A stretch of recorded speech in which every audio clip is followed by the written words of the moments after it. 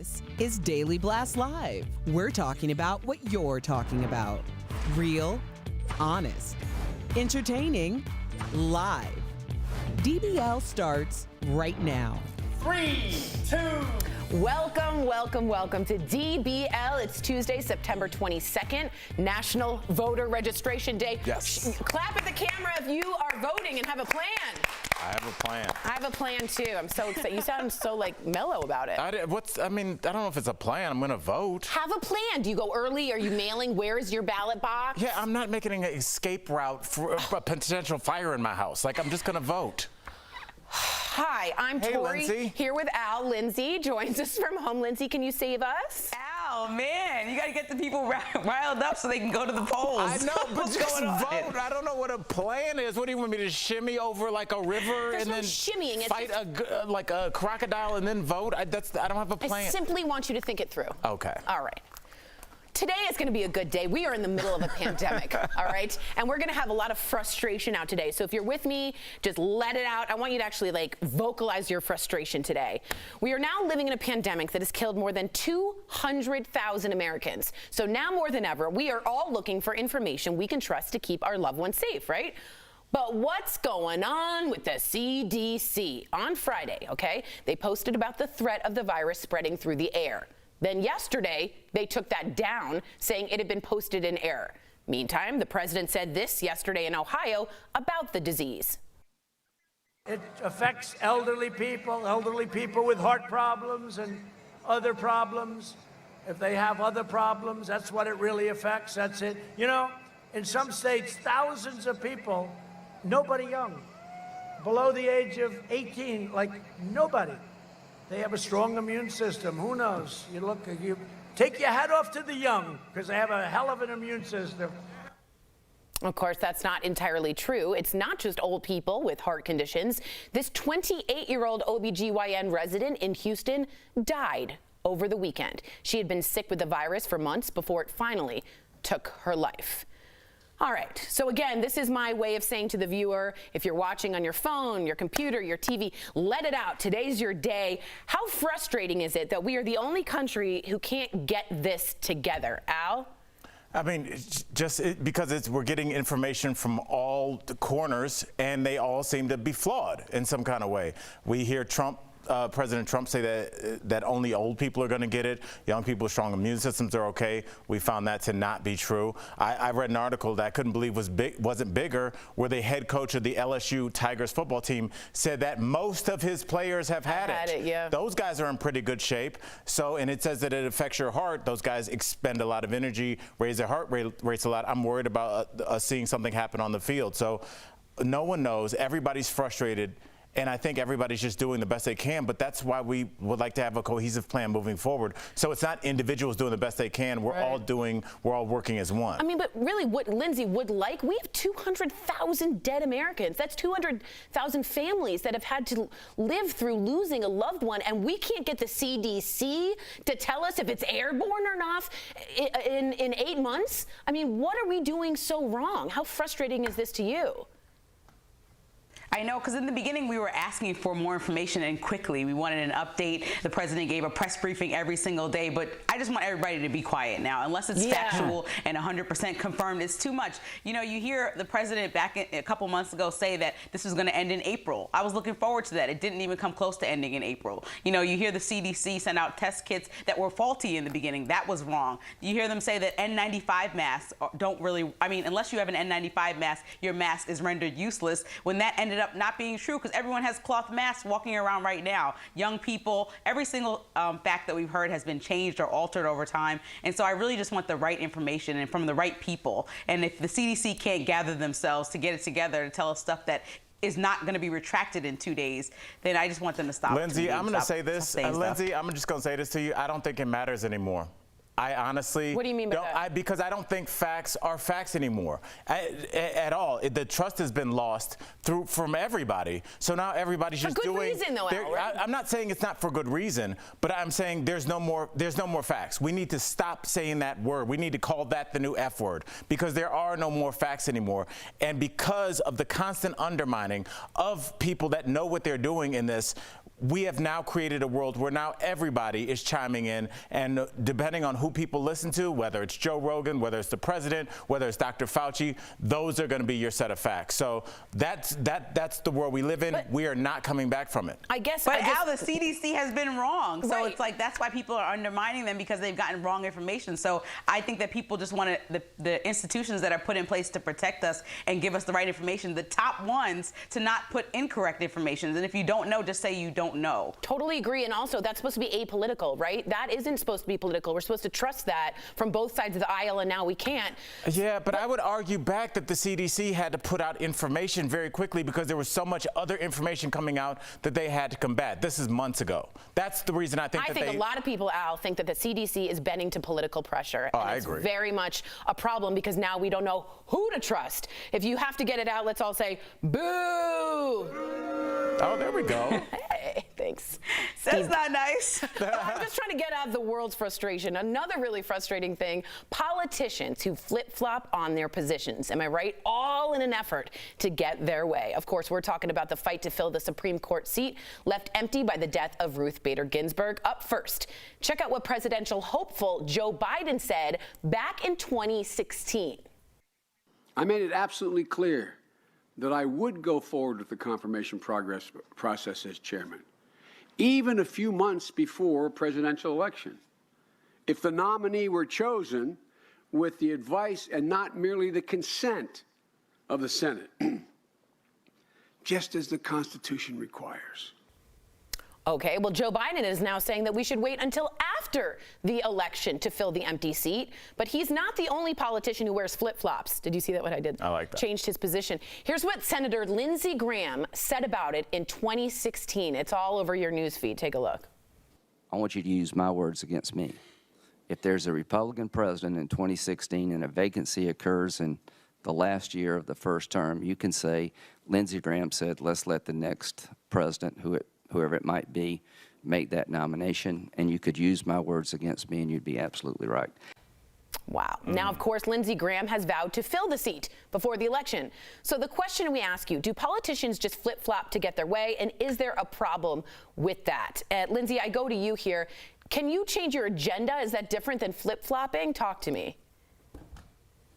I mean, they completely both changed their position based on who was in office. That's insane to even watch. I'm sure everybody at home watching that is like, what? You know, because it just shows this allegiance to whatever your party is and not what your morals are or what you actually believe. And so it's why a lot of people, I think a lot of Americans are so frustrated by politicians overall. And then you have the polls where they say they're trusting your politician, your local and state and federal. And when they do things like this, where they completely change their views, you know, you would be led to believe that for a long time, Republicans and Democrats have stood on the idea since Kavanaugh was put in place that that is going to be the precedent that's set forward. But obviously, they just change based on who is in office and what they want to accomplish. And I totally agree with you, Lindsey. Al, my problem is that I do want my politicians to change and evolve, right? So same-sex marriage, that moved. Like Obama evolved, the climate changed. I don't want them to be stuck so much, but I also don't want them to flip-flop like those two were. I trust a cockroach more than a politician. Well, I think that we're under the false pretense that leaders lead. Leaders follow what their constituents want them to do.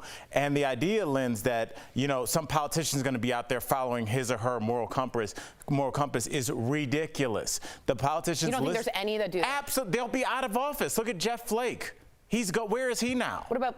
What you do is you figure out what your base wants, and it seems like for the last couple of years, your base decides that we are digging our heels in. This is what we want. If you don't get this for us, there's no crossing the aisle. That's considered you being a weak person. You working with the Democrats, you working with the Republicans, that's the enemy. We will get somebody in there that will fight for us. And because of that, we have these divisive sides. They will do whatever they're going to do. They have to do to win. And this is our politics now. And nobody wins because if every single time 50% of the people are upset, that's not a resolution. You cannot move forward like that. You know, it's so ironic. Ruth Bader Ginsburg's one of her closest friends on the court was Scalia, the person who thought the opposite of her. They were the closest of friends. I wish we could get back to that. Lindsey, stick around. Coming up on DBL, our medical expert, Dr. Pyle Coley, is back with more answers to coronavirus questions. Don't miss her always informative segment. And everyone's booing, by the way, Yay. on YouTube and Facebook. Plus, why some of Ellen's current and former employees are totally unsatisfied with the apology she gave yesterday. And as we go to break, check out our empty studio. Most of our coworkers are still at home. We thank them every single day. We'll be right back. Daily Blast Live wants to add sparkle to your life. We're giving away the official Daytime Emmy gift bag filled with luxury products worth more than $5,000. Here's how you can win. Send us a video telling us about your quarantine, how your life has changed, new hobbies, or plans you had to cancel, and what you look forward to the most once the pandemic is over. The winner will be announced Friday, September 25th, and become the owner of the official Daytime Emmy gift bag.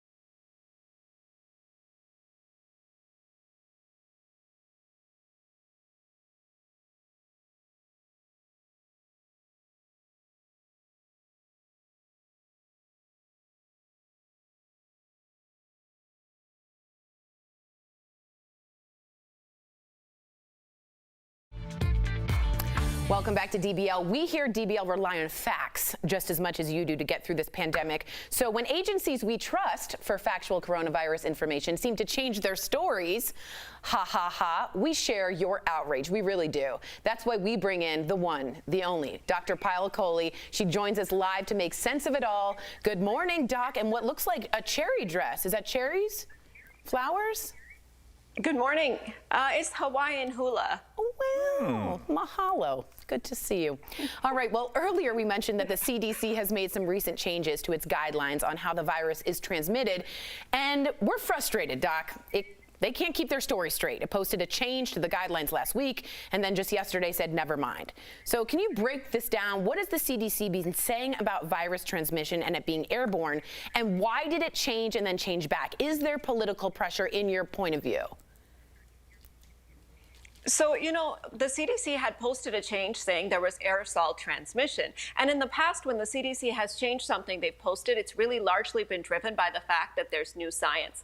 But in this case, that's what has me really confused, because what they posted was actually scientifically correct. Wow. There is aerosol transmission of this virus. So I really can't understand why they changed it back, but I'm going to speculate here that it's because we want to loosen the restrictions on bars, on restaurants, on political rallies, and a lot of the gatherings that we want want to happen. Meanwhile, 200,000 Americans have died. Wow.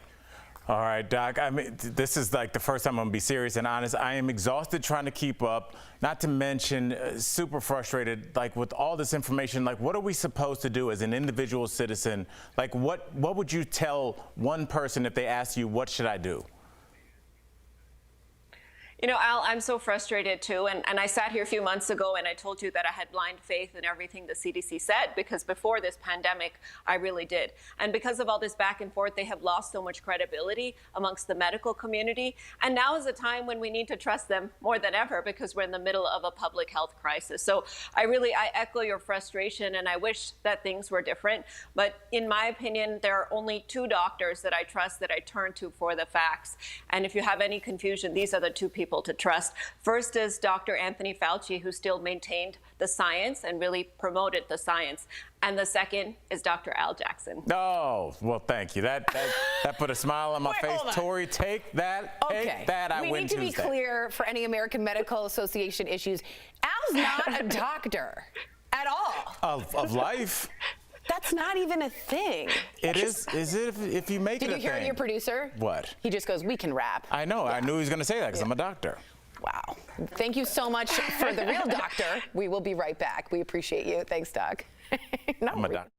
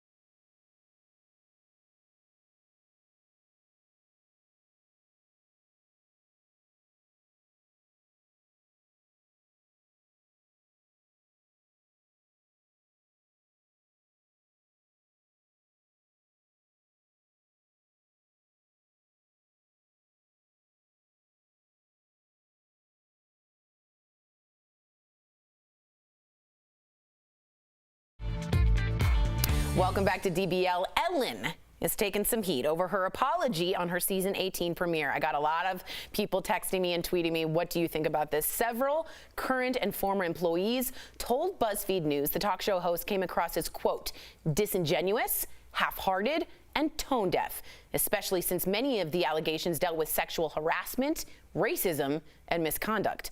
Ellen addressed the allegations, but she also poked some fun at herself and how she's been known as she's known as the kind lady, but she's changed now. Take a look and tell me what you think. Being known as the be kind lady is a tricky position to be in. So let me give you some advice out there. If anybody's thinking of changing their title or giving yourself a nickname, do not go with the be kind lady. Don't do it. I watched it with Al.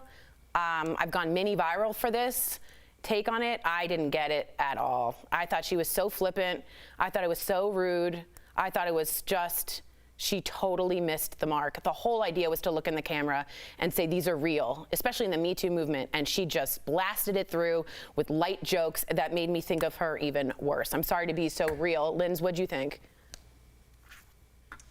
It's just like the too soon idea. Like, just, it's not it's too soon to joke. You know, I think that people are really offended and were mistreated by her allegedly in her office. And, you know, a lot of reports and people that a lot of us know that work in entertainment say that they can back these kind of stories up as far as just like an uncomfortable work environment. And so I just think even when you're being that person out in public, it kind of plays to the audience that's like, oh, Ellen would never do this. She's super sweet. And so up there joking and making light of it, it kind of downplays what the employees are feeling. And, you know, like I think that we all understand and our bosses understand there's no show without a staff that's happy and works together and like is motivated. And so I think that's really, she shouldn't have done that. I think there's a better way to handle it, and especially if you want to joke, you got to wait a minute until like the dust settles when people are a little bit over the anger that they had for you guys are a lot nicer than me. Dude, read the room. I cannot believe that she was even allowed to respond. We've seen a lot of people, men and women, be accused of things through no court of law and get canceled literally on television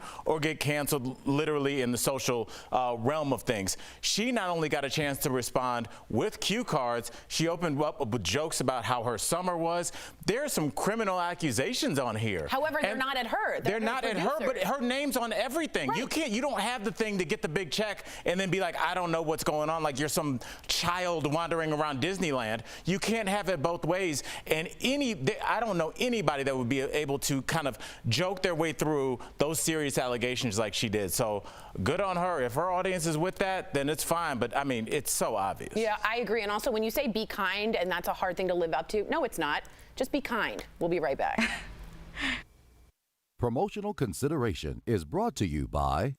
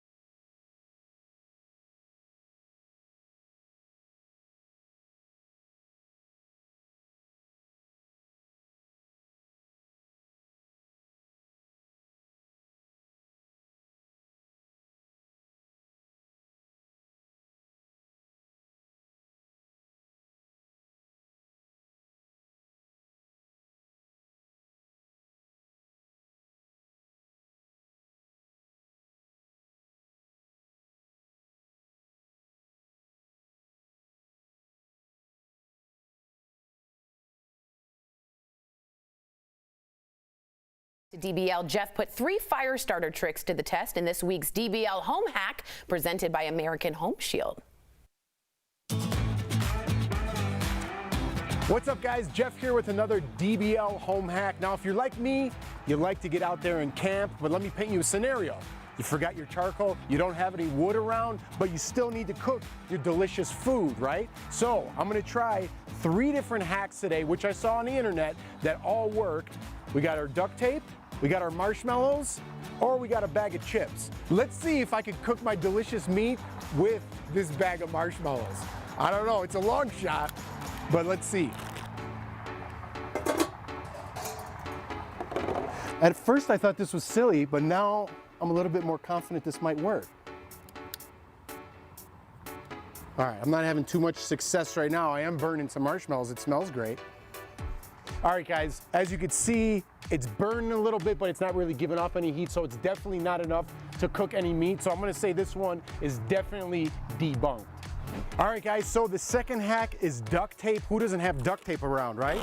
So what I'm gonna do is just take a bunch of this. Again, guys, I don't recommend this unless you're in dire straits, because you don't really want to be eating duct tape, but I'm gonna see if it'll catch a flame. Alrighty, I'm gonna put that in there. Ooh, that looks like a nice fire. It's a nice little fake fire. All right, let's see if it ignites and holds some flame. Just like Grandma used to make. All right, so as you can see, it kind of holds a flame. It doesn't really smell great, but to be perfectly honest with you, I'm not gonna eat food that's cooked off of duct tape, so I'm just gonna call this one debunked. All right, guys, so this is my last chance to start a fire. Those other 2 really didn't work at all, but I'm confident that this one might work just because of the oil on the chip, and I could start it a little bit with the bag. So I'm gonna try to light the whole thing on fire and see what happens. So before I do this, I don't wanna ruin all the chips. I'm gonna eat one.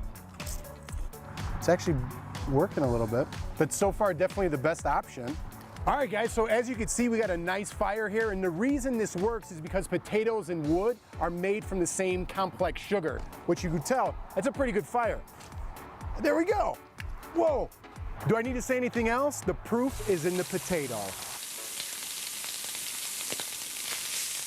When it comes to your home, American Home Shield warranty helps cover many things homeowners insurance leaves out.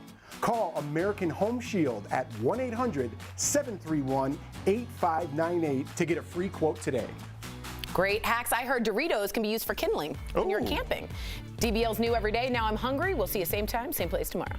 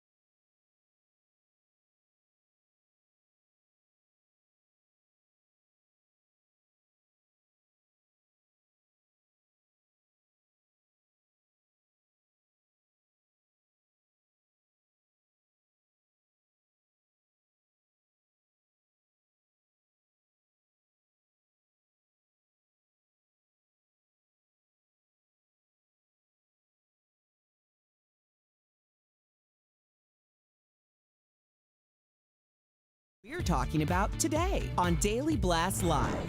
Another mistake from the CDC about how the coronavirus spreads has people confused and outraged. Who can we believe when it comes to COVID? An about face from both sides of the aisle on filling RBG's seat. Today's debate: can politicians change their mind, or is it always about their own agenda? And you could use my words against me, and you'd be absolutely right.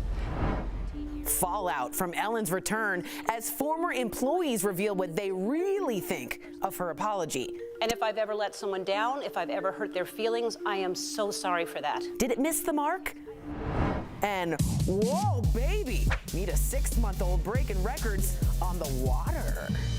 Real, honest, entertaining, live. DBL starts right now. 3, 2. Ooh, nice and strong. Welcome to DBL. Hi, it's Tuesday, September 22nd, National Voter Registration Day. Yes. Huh? Okay. I'm Tori here with Al. Sam has the day off, and Jeff joins us from home. Jeff, how you feeling? I feel good. Happy Tuesday. Happy Tuesday. And also, guys, first day of fall and a finished macross stitch. Oh, wow. Huh? I like that. That's really good. Thank you. You know I make fun of you a lot. That's really good. Thank you. Thanks, everyone. All right. Thanks for the sound effects in the booth. All right, we're going to get straight to these because today we're a little frustrated, these topics, and we want you guys at home to really let it out if you're feeling frustrated. We are in the middle of a pandemic that has now killed more than 200,000 Americans. So now more than ever, we're all looking for information we can trust to keep our loved ones safe. What is going on, though, with the CDC? On Friday, they posted about the threat of the virus spreading through the air. Then yesterday, they took it down, saying it had been posted in error. Meantime, the president said this yesterday in Ohio about the disease. Take a look. It affects elderly people with heart problems and other problems. If they have other problems, that's what it really affects. That's it. You know, in some states, thousands of people, nobody young, below the age of 18, like nobody. They have a strong immune system. Who knows? You take your hat off to the young because they have a hell of an immune system. But of course, that's not entirely true. It's not just old people with heart conditions. This 28-year-old OBGYN resident in Houston died over the weekend. She had been sick with the virus for months before it finally took her life. Jeff, this is so up your alley. How do you know who to trust about the coronavirus? Because our country's getting it wrong, and it's very confusing. Yeah, and like you said at the top of the show, Tori, it's frustrating. I'm frustrated for two reasons. One, we started the show with you showing a cross stitch. I have 2 kids to feed. We're not going to go on much longer with that type of programming. Hey! Run the world. And on a serious note, Tori, I've been saying this for months, but nobody cares about it, right? I've been saying the CDC has gotten things wrong from the very beginning, and they have. It's not completely their fault because this is a brand new disease, and we don't know exactly what's going on with it even to this day. But they've gotten their information wrong a lot of times. Trump, I mean, I'm not going to go to Trump if I need a mechanic. I don't care what Trump has to say about medical issues, right? I understand he's our president, but you have to take that information that Trump gives you with a grain of salt. So, I mean, I don't know who to listen to. I listen to our very own Dr. Pyle Coley, who doesn't have a political agenda, and it's making me think the CDC might have a political agenda in this. So if you want to talk about frustrated, put me at the top of that list because I don't trust anybody. I feel, Jeff, I totally hear you. At the same time, I also think that the CDC is supposed to be apolitical, like Dr. Coley, and I agree with you. I think they're bending to political pressure, and when that happens, who the heck can we trust? Cockroaches?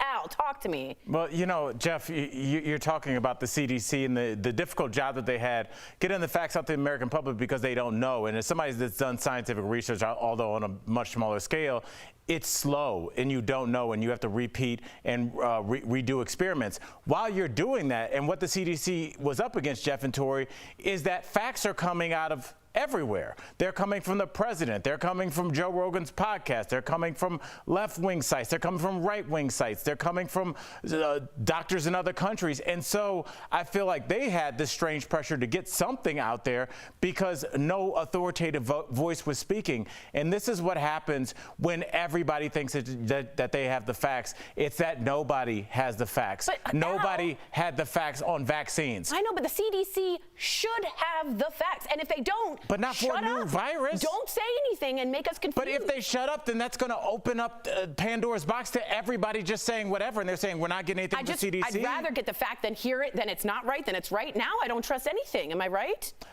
Jeff, what do you think? How can you, Tori, when they're lying to us? I mean, Dr. Fauci admitted that he lied to us from the beginning about wearing masks because he didn't want people hoarding masks. I get the reason he lied to us, but how do we know from the very beginning of this thing that anyone's telling us the truth when they started off with a lie? Yeah. You know, that's kind of where I'm at. I totally hear you. And why is this not the same in any other developed country? Why is it that it's all working for them and not for us? So write us in, Facebook, YouTube. We'd love to hear from you. And you know what? Let's let it out. Just say boo. Yeah, if you're watching. You didn't want to say boo? I can't. Okay. I can't. Okay. It just, you look like a second grade teacher just saying let's shake the willies out. Yeah. Okay. Another really frustrating thing, politicians who flip-flop or co-hosts that are very mean on their positions, all in an effort to get their way. Of course, we're talking about the fight to fill the Supreme Court seat left empty by the death of Ruth Bader Ginsburg. Up first, check out what presidential hopeful Joe Biden said back in 2016. I made it absolutely clear that I would go forward with the confirmation process as chairman, even a few months before a presidential election, if the nominee were chosen with the advice and not merely the consent of the Senate, just as the Constitution requires. Okay, well, Joe Biden is now saying that we should wait until after the election to fill the empty seat, but he's not the only politician who's changed his position. Oh, no. Here's what Senator Lindsey Graham said about it in 2016. Take a look. I want you to use my words against me. If there's a Republican president in 2016 and a vacancy occurs in the last year of the first term, you can say, Lindsey Graham said, let's let the next president, whoever it might be, make that nomination, and you could use my words against me, and you'd be absolutely right. Okay, well, we thought we could, but now, of course, Lindsey Graham has vowed to fill the seat before the election. So my head is spinning. The question is, do politicians just flip-flop to get their way, and is there a problem with that? Jeff, what do you think about Mr. and Mrs. Flip-Flop in Washington, D.C.? It's comical, Tori. I mean, if this is not on Saturday Night Live, I don't know what is. That clip was so embarrassing. And then to actually flip and do the opposite thing of what you just said, oh, wow. Okay, so that's where we're at politically. Maybe that's why people think politics is a joke, okay? I don't care what side you're on. If a Republican's in office, you're going to want to put a Republican Supreme Court justice in there. If there's a Democrat in office, you're going to want to put a Democrat in the Supreme Court. I mean, they're fighting about the same thing, and I don't know if it was Mitch McConnell or Lindsey Graham. One of them put out a statement of why they wanted to flip-flop, and basically said, if the shoe was on the other foot, you would do the same thing. I don't care what he said or if that was his exact words, but he's exactly right. No matter where you're sitting, if Nancy Pelosi was, and we had a Democratic president, she'd be like, get somebody in there because someone else might be taking over. They're all just sticking up for their parties. Is it right? I don't know, but I get where they're coming from. Let me ask you this, Tori. Is it constitutionally correct, I should say, to get someone in there even if there's 40 days left? I will say this. There's nothing in the Constitution that says you can't do it. The quickest it's ever been done before is in about 71 days. We have about 45 days, and it would be shooing them in. But if they have the votes, that's not true. I don't think that's true. I just was watching a press conference right now, and they were talking about how quickly they could turn around the Supreme Court justice. One of them was 19 days, I think 22 days, and then 37 days. So correct me on those facts, but I just was listening to the press conference right now. I definitely then will check on that. But my point is they definitely have nothing in the Constitution to stop them from doing that. And if the Democrats want to stop them, they need 4 votes of Republicans that they just don't have right now. Mitt Romney came out today and said he would be voting to replace Ruth Bader Ginsburg. Al, I'm okay with politicians switching when it comes to becoming okay with same-sex marriage, but is this different than that? This is different because same-sex marriage had a lot of people behind it. Both Democrats and Republicans have people in their families that they love that are in gay relationships, and they want them to get married and have the same freedoms. I think this boils down to our side is going to beat your side, and we don't care what we need to do. Jeff, in terms of like the Democrats, they had a Democratic president, and they had a candidate ready to go in, and it was blocked. So they tried this, and this didn't work, and now it's going to work for the Republicans. And I'm just saying, Republicans will look at this as a win, but don't forget, we are a country and we are split down the middle. And when half the people feel like they have been wronged, it is impossible to move forward. It's like having 2 of your tires on your car flat. You think you won, but you've not won, and we're not making the majority of people happy, and we need to figure out how to do that quickly. And just so you know, we got fact check on that. The median is about 67 days, around to 71 days, but they have turned it around in a month. So my apologies on that. Thank you for fact checking me on that, Jeffrey. And I think in all. And Al, just go ahead. Can I get Al's reference? I've never been happy with 2 tires on my car. What kind of car is well, that? you can move forward with 3. No, if you're the majority, if 3 of your tires, trust me, 3 of your tires are inflated, you can get to the gas station. Dude, 2 what cars have you been in? Jeff, don't go Unless I'm on a motorcycle, I'm not happy with 2 of my tires not working. Yeah, our producer goes, that's called a bicycle. Don't go away, Jeff. Coming up at DBL, a mom and her toddler were kicked off a flight because the 2-year-old wouldn't wear a mask. Did the airline make the right decision, or did they go too far? Plus, the world's youngest water skier is going viral. Is this cute or downright dangerous? And as we go to break, check out our empty studio because most of our coworkers are still at home. We thank them every single day. We'll be right back. Daily Blast wants to add sparkle to your life. We're giving away the official Daytime Emmy gift bag filled with luxury products worth more than $5,000. Here's how you can win. Send us a video telling us about your quarantine, how your life has changed, new hobbies, or plans you had to cancel, and what you look forward to the most once the pandemic is over. The winner will be announced Friday, September 25th, and become the owner of the official Daytime Emmy gift bag.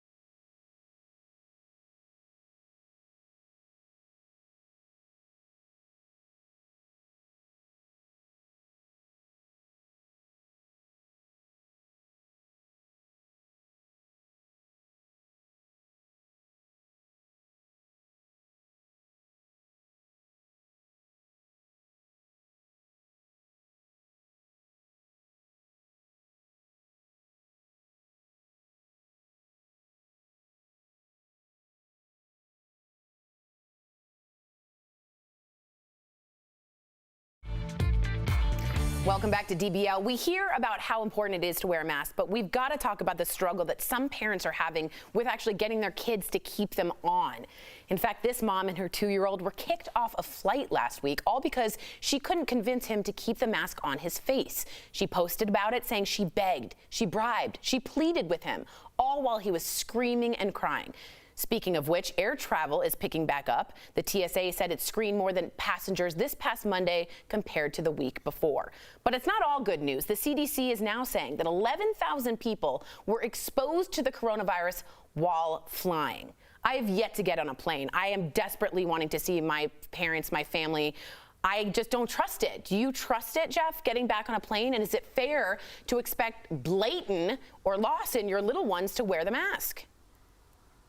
Yeah, Tori, so much to unpack here. I had to get on a plane to go, work in Georgia, but I want to give a shout out to Delta because they don't sell that middle seat. Right. I don't know how much that affects the spread of the virus, but it made me feel safer. Everything was very clean. I felt very safe on there, as opposed to some other airlines who continuously try to jam-pack people on planes and make a 2-year-old wear a mask. We would have had to leave the plane. There's no way my little one, who just turned 2, is wearing a mask. And speaking of misinformation, I thought we had our very own Dr. Coley on saying little kids shouldn't wear masks because they touch their face too much and they have a better chance of catching the disease. So what is the answer here? That's interesting. What do you think, Al? Well, Jeff, you're asking what is the answer, and I read an article I thought was interesting and I wanted to share with you guys. It was saying to assess the risk and what you really want to do and then see if that's how you should proceed forward. So if it's like, hey, I'm in a bowling league, well, you're probably going to be touching the ball, high-fiving, grabbing beers, probably not the best thing. Yes, the shoes probably not great. But Jeff, if you're like, I have to go shoot a movie, or hey, I have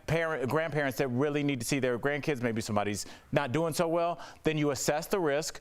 Are the planes clean? Have you checked each airline's cleanliness record? Am I wearing an N95? Yes. Do I have the proper things? And then that's a risk that you've decided to take. Right. And is it 100%? No. But is anything in this world going to be for a long time? No. So assess the risk, make an adult decision, and then move forward. Have you made the decision? Because you've drove for a long, long time. Yes, now, am I right? I've driven to Los Angeles. It's 30 hours round trip, and it's brutal. Or the flight. I've flown once, and I've driven 4 times. And you have to assess stopping at a hotel, grabbing gas pumps, as opposed to getting on a plane for an hour and a half. Right. So which one do you do? Wow. All right. Let us know what you guys think, DBL. I want to get the temperature of our DBL Nation. Write me on Facebook and YouTube if you feel safe to fly or not. Jeff, don't go away on DBL. What about me? And Al, stay. Okay. You can't leave legally. Ellen just can't get a break. Why former employees are totally unsatisfied with her apology she just gave yesterday. Plus, as we spoke about her, our medical expert, Dr. Pyle Coley, is back with more answers to coronavirus questions. That's next.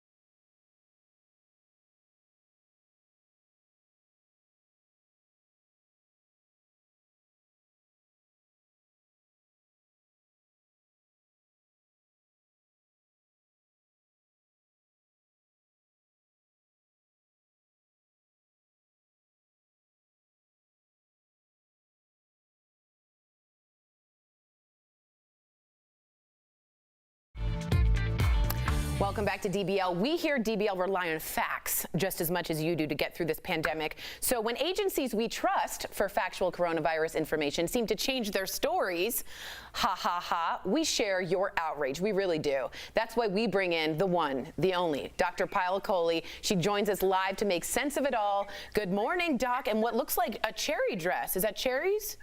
Flowers? Good morning. It's Hawaiian hula. Oh, wow. Mahalo. Good to see you. All right. Well, earlier we mentioned that the CDC has made some recent changes to its guidelines on how the virus is transmitted. And we're frustrated, Doc. They can't keep their story straight. It posted a change to the guidelines last week and then just yesterday said never mind. So can you break this down? What has the CDC been saying about virus transmission and it being airborne? And why did it change and then change back? Is there political pressure in your point of view? So, the CDC had posted a change saying there was aerosol transmission. And in the past, when the CDC has changed something they've posted, it's really largely been driven by the fact that there's new science. But in this case, that's what has me really confused, because what they posted was actually scientifically correct. Wow. There is aerosol transmission of this virus. So I really can't understand why they changed it back, but I'm going to speculate here that it's because we want to loosen the restrictions on bars, on restaurants, on political rallies, and a lot of the gatherings that we want to happen. Meanwhile, 200,000 Americans have died. Wow. All right, Doc, I mean, this is like the first time I'm gonna be serious and honest. I am exhausted trying to keep up, not to mention super frustrated, like with all this information. Like, what are we supposed to do as an individual citizen? Like, what would you tell one person if they asked you, what should I do? Al, I'm so frustrated too. And I sat here a few months ago and I told you that I had blind faith in everything the CDC said, because before this pandemic, I really did. And because of all this back and forth, they have lost so much credibility amongst the medical community. And now is a time when we need to trust them more than ever, because we're in the middle of a public health crisis. So I echo your frustration, and I wish that things were different. But in my opinion, there are only two doctors that I trust, that I turn to for the facts. And if you have any confusion, these are the two people to trust. First is Dr. Anthony Fauci, who still maintained the science and really promoted the science. And the second is Dr. Al Jackson. Oh, well, thank you. That put a smile on my face. Tori, take that. Okay. Take that. I win Tuesday. We need to be clear for any American Medical Association issues. Al's not a doctor at all. Of life. That's not even a thing. It is. Is it if you make it a thing? Did you hear your producer? What? He just goes, we can rap. I know. Yeah. I knew he was going to say that because I'm a doctor. Wow. Thank you so much for the real doctor. We will be right back. We appreciate you. Thanks, Doc. I'm a doctor. No. Promotional consideration is brought to you by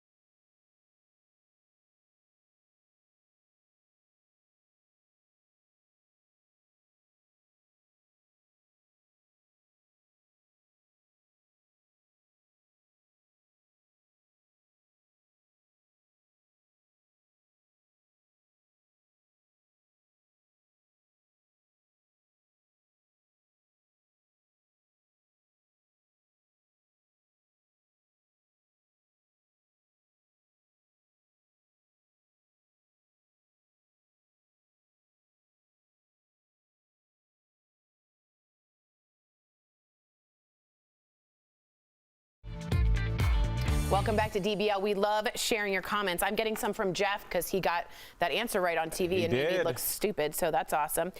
Serena from Facebook says 200,000 deaths in a civilized country is a reason to panic. Kathy says this virus needs to be taken seriously. Leslie says politicians are sad. They don't do what's good for us. They are dogs waiting to be told what to do. Wow. Gail says, yay, Al, we need to get rid of the parties and have them run for our country. Leslie says, well, look, maybe she should have made him wear the mask before so the kid could get used to it way before the trip. That's about the kid on the airplane. Right. And finally, Pamela says, I miss my family. This virus sucks. I agree, Tori. Boo. So someone booed with me. Yes, and Jeff did as well when you hit that non-fact and he had to correct you. So shout out to Jeff. You did well. Thanks for saving our show. Thanks, buddy. And, you know, I'm a doctor now too, Al. So there's two doctors, including our very own Dr. Coley, and then we have Tori. So, you know, we have different conversations. That's why we're here. If you're around, here's what's coming up on DBL. The world's youngest water skiers making waves, but is this safe? And Ellen, we got to talk about it. Can't escape the drama. Even as she tries to put it behind her, DBL is new every day, and we'll be right back. I cross-stitch. That's something. That was good. Yeah.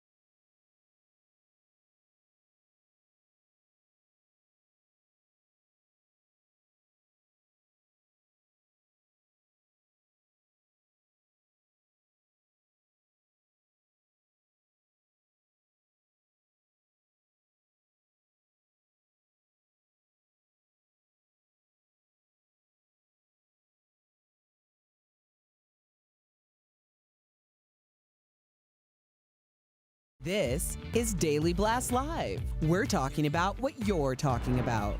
Real, honest, entertaining, live. DBL starts right now. 3, 2. Welcome to Daily Blast Live. I am Tori here with Al. Sam has the day off. Good to be with you. Tori, I was going to say I didn't have time to hide my coffee. Yeah. But I'm more embarrassed it's in a paper cup. So I think we need to talk to our viewers and get some suggestions on mugs. Could we do some pun mugs? No. Okay, let's just bring Jeff in. See, you ruin everything. You're gonna girl it up. I don't want you to do it. I just want a mug. I think you're gonna have a cat on my mug knitting. It's gonna be great. It's gonna be amazing. Everyone send in suggestions. Jeff, do you have one for a mug? I want mine to say Daily Blast Live political insider Jeff Schroeder. Oh man, you're gonna make me regret this whole day, aren't you? Oh man, okay. All right, let's move on to something we can talk about with some passion. Ellen, because you guys are writing me like crazy, is taking some heat over her apology on her season 18 premiere. Several current and former employees told BuzzFeed News the talk show host came across as, quote, disingenuous, half-hearted, and tone-deaf, especially since many of the allegations dealt with sexual harassment, racism, and misconduct. Ellen addressed the allegations, but she also really poked fun at it in like a monologue way, and how she's become known as the Be Kind lady. Take a look and let's discuss after. Being known as the Be Kind lady is a tricky position to be in. So let me give you some advice out there. If anybody's thinking of changing their title or giving yourself a nickname, do not go with the Be Kind lady. Don't do it. Okay. I've gone a tiny mini bit viral on this because I've been very open about it, and I got to be honest with you. It's not that hard to be kind, is it? Is it that hard? I think she failed this absolutely miserably. Al, what do you think? I think that she felt like she was backed into a corner, and she does what's always worked for her, Jeff, which is make jokes and kind of poke fun at herself. Dude, read the room. But this is not the time to do that, and I'll tell you why. Because it didn't come off like she cared. It just figured, it was like, how do I get around this and continue with my empire? I think it would have been more genuine if she had said, I spoke with this intern that had a problem. I'm going to bring an intern out and have a one-on-one on television, and we're going to talk about their experience that they have. No jokes, no music, no DJ to save her. Just have a real honest moment, because I feel like a lot of Ellen's viewers feel like this whole 18 years or however long she's been on has been a lie. Yeah, and Jeff, just really quickly, I think this did a lot worse for her. I want to like Ellen, but she keeps digging a hole. And I agree with Al, had she been just really transparent and not so flippant, perhaps it would have gone over a little bit better, but it felt so like off the cuff, and like she didn't care. Yeah, and listen, we've talked about this a lot, and I think you guys know where I stand with this. I don't want to repeat what Al said, but this is her wheelhouse, right? She went to what she knows best and feels most comfortable with, and it's jokes. You're right too, Tori. I think if she just would have sat down and been sincere about everything, because I don't know if she absolutely knew about everything going on. All I hear is these rumors, and they keep getting bigger and bigger and bigger, and I don't know what to believe anymore. But my heart says give her another chance. I think she's going to learn a huge lesson from this. I'd like to see her move forward, because she does help a lot of people. But listen, I'm not going to be the guy on our show that dies on this Ellen hill. You know what I mean? If you don't want to watch as a viewer, don't watch her. I'm just from the school of, listen, you make a mistake, you learn from it, and you move forward. And I hope that's what Ellen does, because she does change a lot of people's lives for the positive. But yes, Tori, I see what you're saying about the negatives. And I agree with what you're saying too, Jeff, and I hear you. I thought this is when she was going to say, I learned a lesson from it, and instead she says, don't be the Be Kind woman, because it's hard. But Tori, when is it a mistake and when is it a body of work? If I say something untoward to you off camera, that's a mistake. We've had a body of work of a real legitimate friendship. I love you as a family member. That's something that can be worked through. But if since day one, this has been going on, and then it finally comes out on the internet, and now all of a sudden I'm like, I made a mistake, are years a mistake, or is that who you are? And I think that's the question her viewers have to ask. Yeah, I completely agree. Let us know what you feel, because I got a ton of comments yesterday about it, and I want to know if you thought the apology seemed legitimate, or if you thought it was the right tone. It seems like we didn't here at DBL. Let us know. Well, moving on to Kobe Bryant's widow, Vanessa Bryant. Oh, this is a story and a half. She's speaking out about an apparent rift with her mother. Vanessa's mom, Sophia Lane, recently spoke to Univision, claiming her daughter kicked her out of the house and made her return a car she used. In a statement, Vanessa called the accusations, quote, beyond hurtful. She said that her mother emptied her apartment and hid her jewelry to make it look like she was evicted. Vanessa added that she and her late husband supported her mom for years, but that her mom has not been supportive toward her since Kobe and her daughter Gianna passed away in January. What do you make of this drama, Jeff? I'm going to be perfectly honest with you, Tori. I was a little confused in the morning meeting, and I'm still a little bit confused on what's going on. What are we supposed to make of this? Explain it to me, Tori. Okay, basically, I feel like, and I hope I don't make another mistake with Jeff catching me on this, but it seems like she's claiming to be a victim of a horrible being kicked out of the house, and now Vanessa Bryant is saying that never happened, and she's playing a martyr, and that she was never supportive during January when the helicopter crashed. Maybe I don't understand because I don't feel comfortable looking into it the way that maybe we're supposed to. I don't know. I feel icky talking about this. Is that weird? Totally that I have fair. that kind of I think response? that's an honest response. Do you feel icky, Al?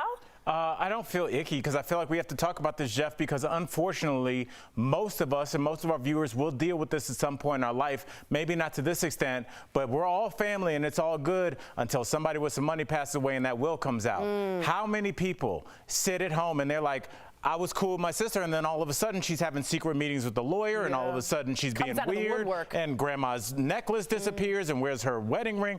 All these kinds of things happen because when money is on the table, Jeff, there's two kinds of people, bro. There's people like you and Tori that's like, hey, let's get through this tragedy. I'm here for you. And other people is like, how is this going to benefit me? And that's what I got from the story. If I had to ask both of you who but to have No, I was just going to say, to have like this kind of tragedy and then have this Kobe Bryant, who's a like so many people's role model, and his daughter pass away so tragically, and then having the story extended to this, and then it's a he said or she said, it just, I don't know, it doesn't feel right with me. Totally It shouldn't feel right. Yeah, because it's about money, it's about family and tragedy. None of that feels good. But if you had to say who you trust, would it be Vanessa or her mom? Would you trust Vanessa, Al? I choose Vanessa because she's been a rock this entire time with Kobe. And you know what, Jeff, I know it's hard to deal with because it's such a tragedy, but think about the Meghan Markle situation. Think about what she dealt with her dad and her sister. Here you are, the Duchess over there in England, one of the highest positions in the world, and immediately here come family members trying to profit financially off of your situation. So we've seen it before. Maybe not with a tragedy as great as this, a life-altering tragedy for all of us. You know, I still can't look at Kobe highlights. For as much as a tough guy I try to act, Jeff, I can't look at any Kobe highlights. I can't look at any Black Panther clips. I'm still working through that, so I can't imagine what her family's dealing with. And a lot of you wrote in, and by far the majority are saying that they agree with Vanessa that this is about money, and agree with Al. Well, let's move on to something a little lighter. This is Jon Snow. You guys remember? You know nothing, Jon Snow. Game of Thrones, right? Yes. Okay. Jon Snow may have been a fan favorite on Game of Thrones, but Kit Harington has no plans to ever play a character like him ever again. So in an interview with The Telegraph, Kit says he's done playing the silent, heroic type like Jon Snow because the world doesn't need that kind of masculinity right now. Kit says characters like Jon Snow only reinforce the stereotype that men should not show their feelings. Jeff, Al, we are all huge Game of Thrones fans. First of all, did you think that was true about Jon Snow? I thought he was kind of an emotional dude. And second, is he just trying not to be typecast? Jeff's the actor. I want to hear from him. Listen, didn't Jon Snow cry a couple times? I thought he was an emotional guy. I thought he was like an emotional dude. Yeah, so I don't know what he's talking about, and boo-hoo, cry some more tears for a character that you played that you got paid millions of dollars and your children never have to work again. I'm so sick of people saying they're getting typecast in Hollywood when there's children's children never have to work because I'm Joey from Friends. Get over it. Yeah, and Jeff, you know what? As somebody that just got done shooting a movie as the male lead, brother, Jeff, have you ever told your agent what characters you're not going to play? I'm going to guess the answer is no, because when you're an actor or an actress or anybody in this business, you'll take what you can get. So this smacked to me of just entitlement and not being able to understand that the reason that you're able to make such a claim is because of this character. So I thought that was really weird and almost like it took away from. Yeah, I didn't like it. Jeff, what'd you think? Yeah, I'm with you, man. I don't know why I got so fired up about it. I'm not really that mad about it. I know. But I got really mad about it. I'm like, listen, man, your character is going to go down in history. After your human body dies, Jon Snow will live on. How about some appreciation for that? That's an awesome thing, and I think that's awesome. And to be like, I don't want to play this character and I can't cry anymore. What are you talking about, man? Are you out to lunch? What's going on? You do know nothing, Jon Snow. I will say this, too. I definitely thought of all of the men on that show, he was one of the most emotional. Again, I thought that he was written actually quite well. So we disagree with you, Kit. Jeff, stick around. Coming up on DBL, celebrities want you to register to vote if you haven't already. Yes, you. We'll show you how they're leading the charge on social media. And pottery artists like Prince Harry's ex-girlfriend are ready to throw down in an exciting new reality competition show. If you liked The Great British Bake Off, which you should, you'll love this. Coming up next.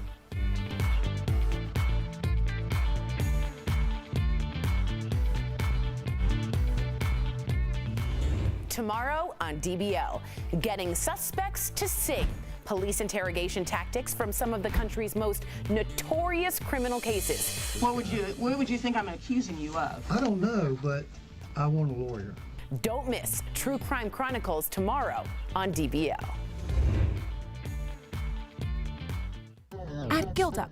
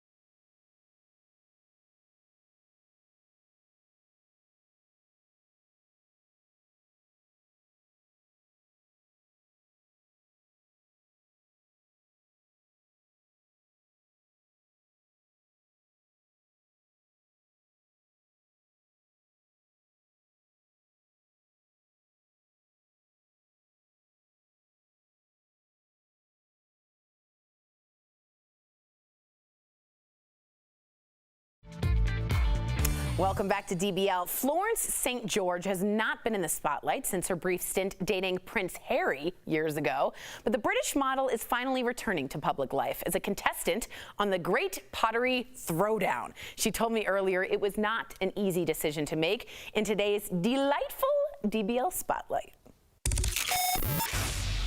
Florence St. George, thank you so much for talking to Daily Blast Live. Our American audience likely knows you best from your time dating Prince Harry. You were 25 years old. How anxiety-provoking was that? Yes. That's such a what a nice angle to deliver that question because yeah, a bit, yeah, a lot, yeah, a lot. So much so that when I applied to do the Great Pottery Throwdown, I thought to myself, why? This is not why I began pottery. Why am I putting myself back in front of the camera? So then I put myself back out there and had a magic time doing it, I have to say. That's wonderful to hear. Talk to me about pottery. Okay, so you found pottery after being very open about postnatal, or as we say in America, postpartum depression. I found cross-stitching for my anxiety was really, really helpful. It kept my hands busy. You know what I mean? So talk to me about why pottery spoke to you. I was incredibly lucky because, as you know, I suffered postpartum depression. Yeah. And it came out of nowhere. I didn't understand. There I was with this beautiful baby, and I was so low and so lonely. People often don't understand there's this loneliness when you have a baby, certainly for me. And I was at a loss. I didn't know where to look, left, right. So suddenly I bought a bag of air drying clay. Very simple, anyone can do it. You don't need a kiln, you don't need a wheel, just a bag on Amazon or whatever. And I stuck my fingers into a little ball and I made a pinch pot. And that was 6-7 years ago. Wow. And now I'm here and it's magic. Wow. When someone's been through that, and on our show we're very open with this. People know I've been through depression. People know Sam, our co-host, had postpartum depression. Jeff's wife, Jordan, had postpartum depression. You need something to get you out of the hole. So when I do think of pottery and my needlework and all of that, I think of sort of relaxing, creative. It's not this like fierce competition show. So tell our American audience why they need to watch the Great Pottery Throwdown. Talk to me. So the Great Pottery Throwdown is a magical show because it's gentle. And right now, we're not needing aggressive, angry TV. We want something to be able to just chill, relax, and feel inspired. It's like the Great British Bake Off. It's just like that sense of just calm when you watch the show. Yes. Which is made by the same gang. Well, so yeah. I'm in. I'm also obsessed with you, so that's great. Florence St. George, thank you for chatting with us. Thanks for being open. And I just have to say, I know it's scary, but for all the moms out there, I'm thankful that you see someone succeed and get out of the hole, because it is possible. And if you are struggling, please find someone that's really part of the journey, don't you think? Absolutely. Equally, if anyone wants to get in contact with me and work out how to start their craft, how to build, how to make pottery, please don't hesitate to contact me on my Instagram account. It's the best way to ask questions about pottery. Wow. And I love your pottery. It's so cool. Like, you make great stuff. It's very rad stuff. Thank you. It's total pleasure, and I can't recommend it enough to everyone. Amazing. Have you seen the movie Ghost, where they do the pot? Okay. I have. I do occasionally think that Patrick Swayze is behind me, just kind of doing things. I think about it. Patrick Swayze is behind me every day. Trust me. Thank you so much. I think we all need a bit of Patrick. We all need some Swayze. Thank you so much for chatting with us. And to see her in action, please check out The Great Pottery Throwdown, streaming on HBO Max. I know I will be. We'll be right back.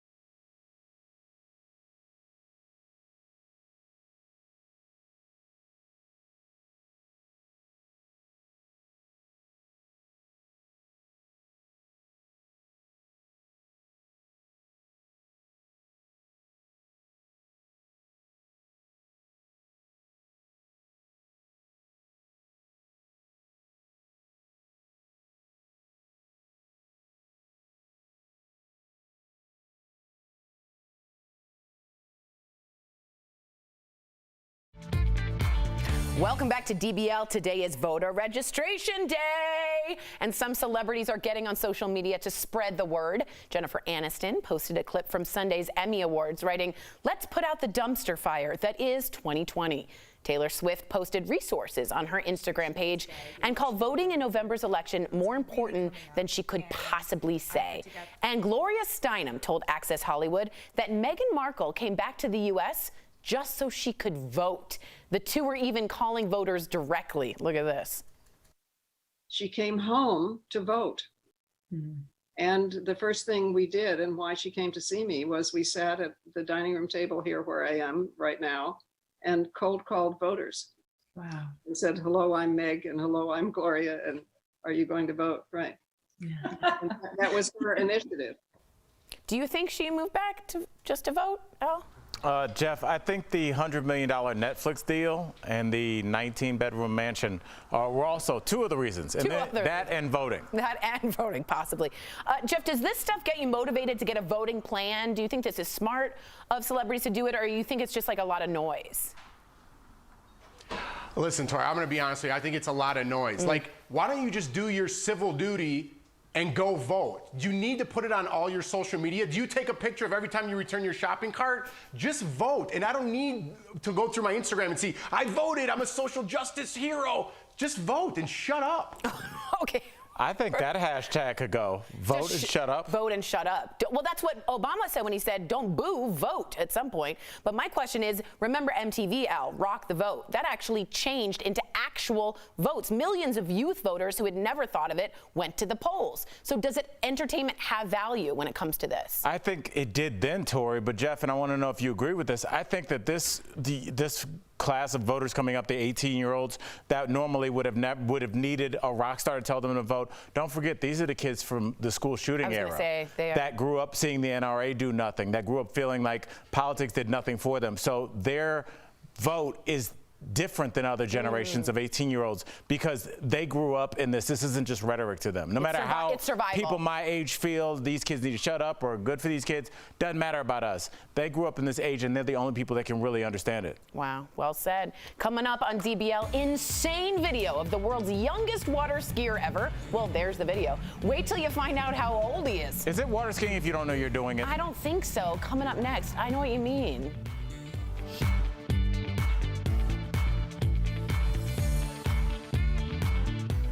Promotional consideration is brought to you by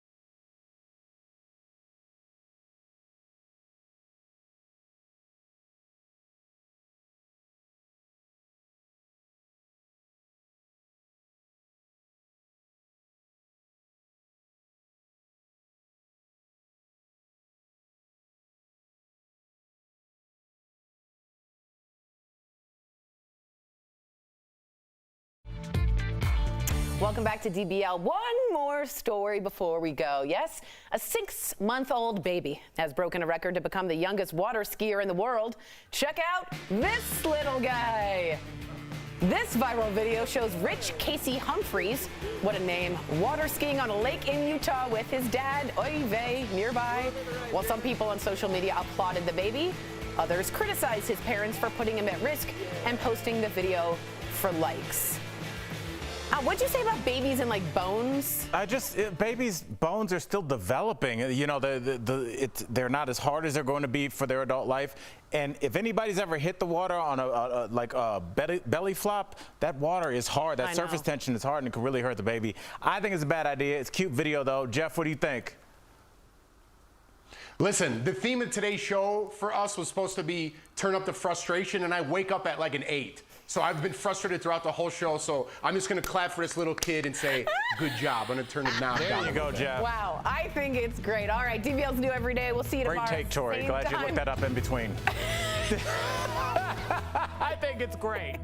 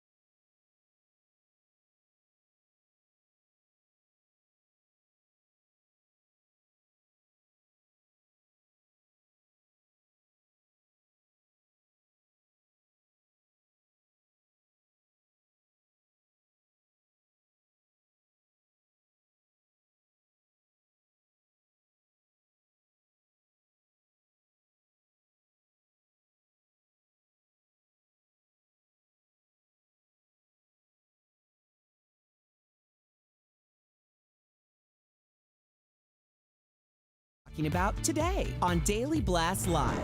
Another mistake from the CDC about how the coronavirus spreads has people confused and outraged. Who can we believe when it comes to COVID?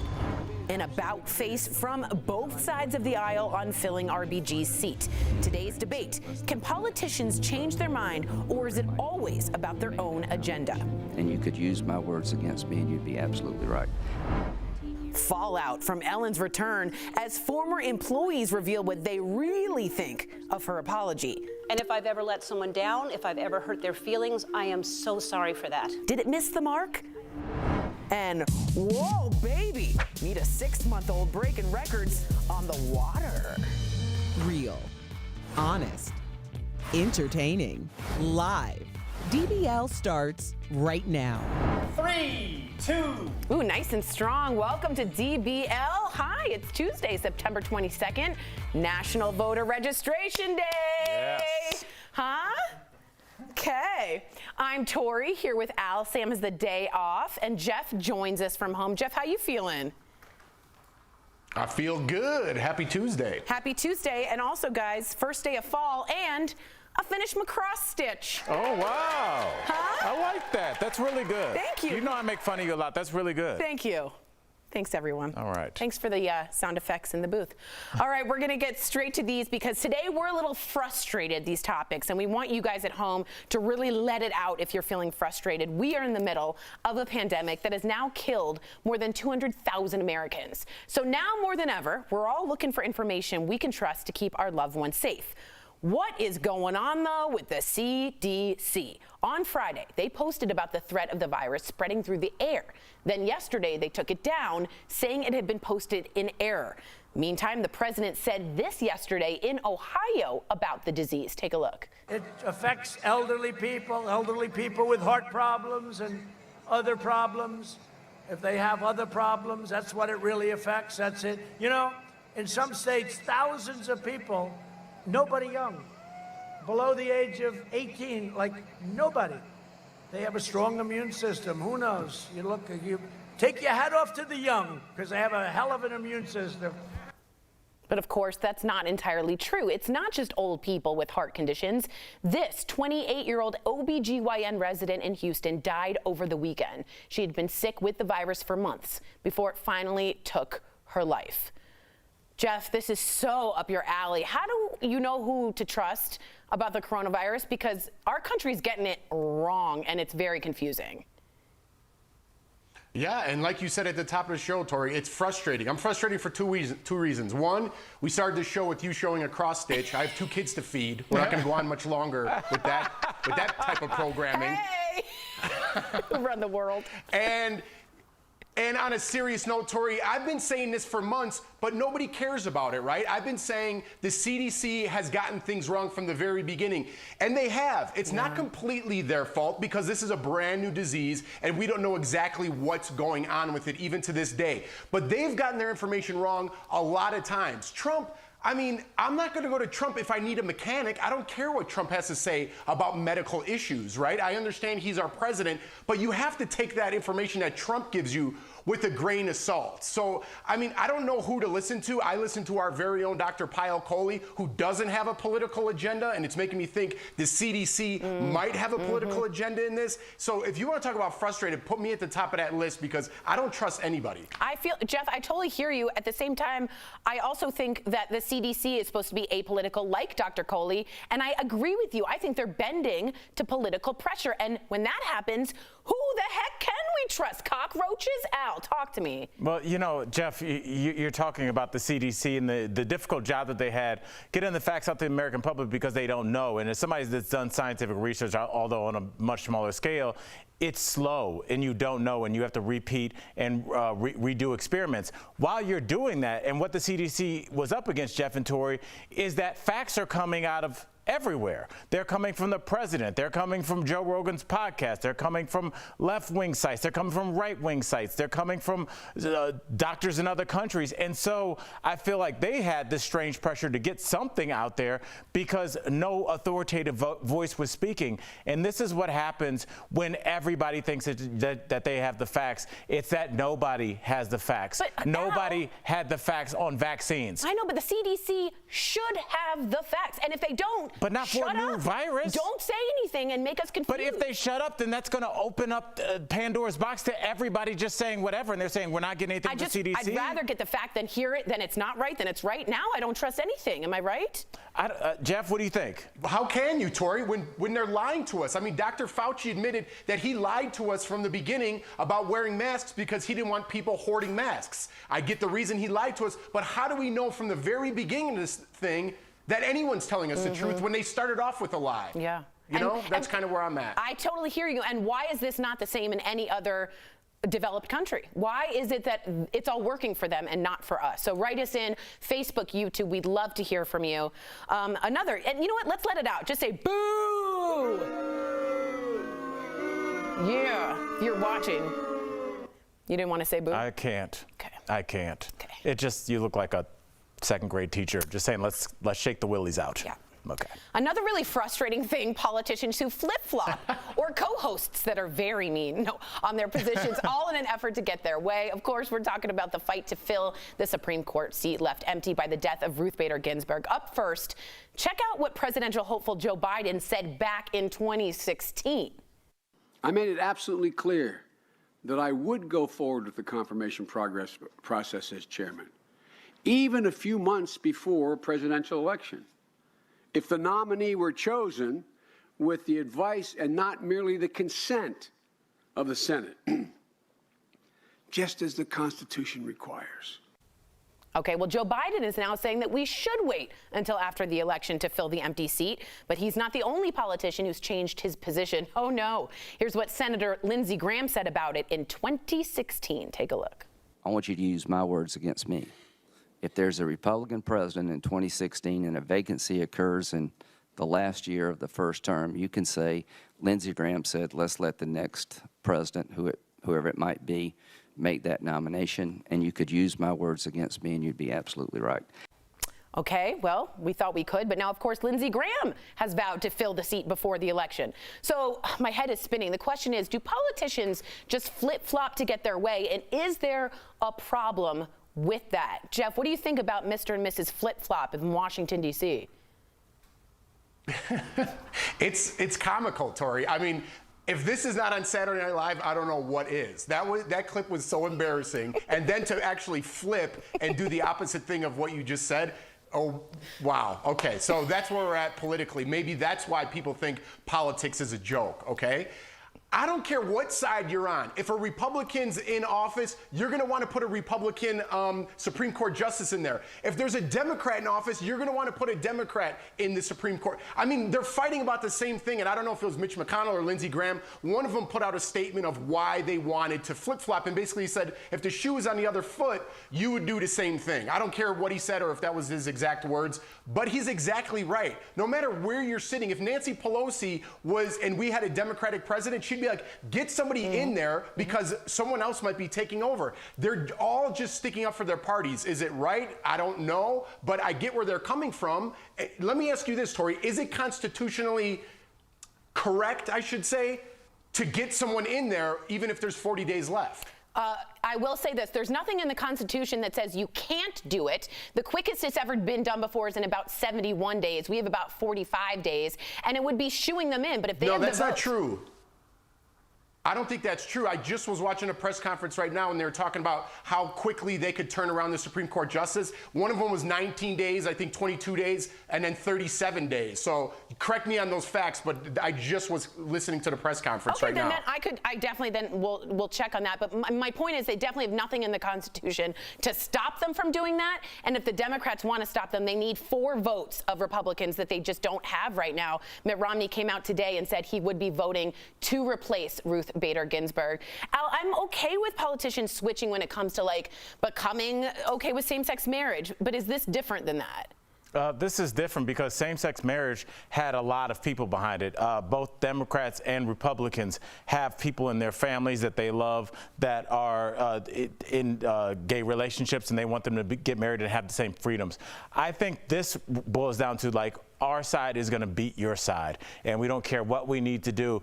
Jeff, in terms of like the Democrats, they had a Democratic president, and they had a candidate ready to go in, and it was blocked. So they tried this, and this didn't work, and now it's going to work for the Republicans. And I'm just saying, Republicans will look at this as a win, but don't forget, we are a country, and we are split down the middle. And when half the people feel like they have been wronged, it is impossible to move forward. It's like having 2 of your tires on your car flat. You think you won, but you've not won, and we're not making the majority of people happy, and we need to figure out how to do that quickly. And just so you know, we got fact check on that. The median is about 67 days, around to 71 days, but they have turned it around in a month. So my apologies on that. Thank you for fact checking me on that, Jeffrey.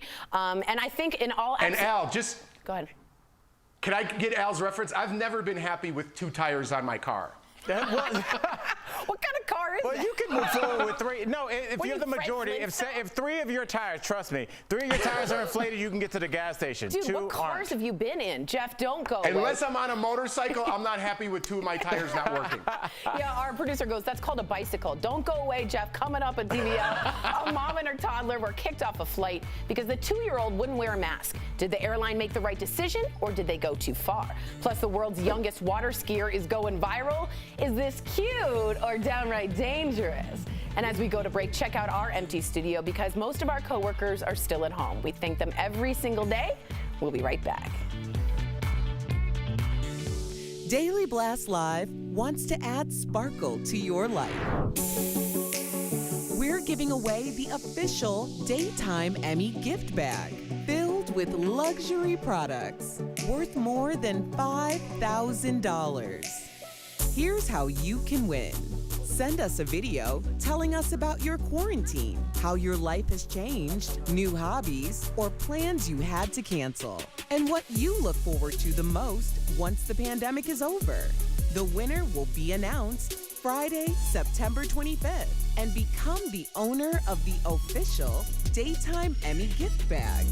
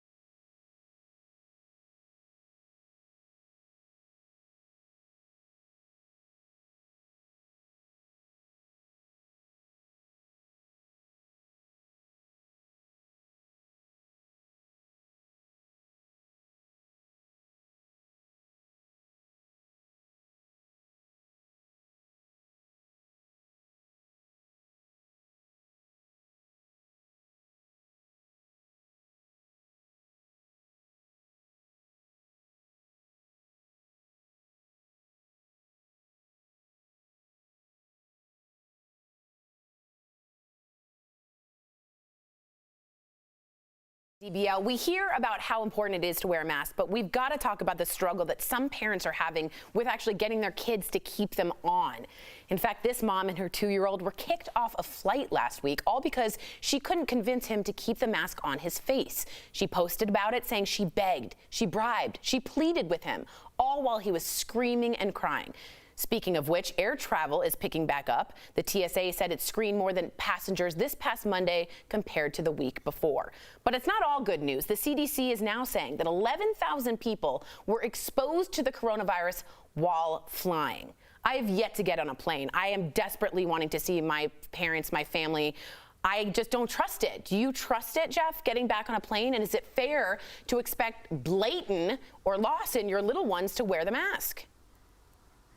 Yeah, Tori, so much to unpack here. I had to get on a plane to go, work in Georgia, but I want to give a shout out to Delta because they don't sell that middle seat. Right. I don't know how much that affects the spread of the virus, but it made me feel safer. Everything was very clean. I felt very safe on there, as opposed to some other airlines who continuously try to jam-pack people on planes and make a 2-year-old wear a mask. We would have had to leave the plane. There's no way my little one, who just turned 2, is wearing a mask. And speaking of misinformation. I thought we had our very own Dr. Coley on saying little kids shouldn't wear masks because they touch their face too much and they have a better chance of catching the disease. So what is the answer here? That's interesting. What do you think, Al? Well, Jeff, I mean, you're asking what is the answer, and I read an article I thought was interesting and I wanted to share with you guys. It was saying to assess the risk and what you really want to do, and then see if that's how you should proceed forward. So if it's like, hey, I'm in a bowling league, well, you know, you're probably going to be touching the ball, high-fiving, grabbing beers, probably not the best thing. Yes, the shoes probably not great. But Jeff, if you're like, I have to go shoot a movie, or hey, I have grandparents that really need to see their grandkids, maybe somebody's not doing so well, then you assess the risk. Are the planes clean? Have you checked each airline's cleanliness record? Am I wearing an N95? Yes. Do I have the proper things? And then that's a risk that you've decided to take. Right. And is it 100%? No. But is anything in this world going to be for a long time? No. So assess the risk, make an adult decision, and then move forward. Have you made the decision, because you've drove for a long, long time? Yes, now, am I right? I've driven to Los Angeles. It's 30 hours round trip, and it's brutal. Or the flight. I've flown once, and I've driven 4 times. And, you know, you have to assess stopping at a hotel, grabbing gas pumps, as opposed to getting on a plane for an hour and a half. Right. So which one do you do? Wow. All right. Let us know what you guys think, DBL. I want to get the temperature of our DBL Nation. Write me on Facebook and YouTube if you feel safe to fly or not. Jeff, don't go away on DBL. What about me? And Al, stay. Okay. You can't leave legally. Ellen just can't get a break. Why former employees are totally unsatisfied with her apology she just gave yesterday. Plus, as we spoke about her, our medical expert, Dr. Pyle Coley, is back with more answers to coronavirus questions. That's next.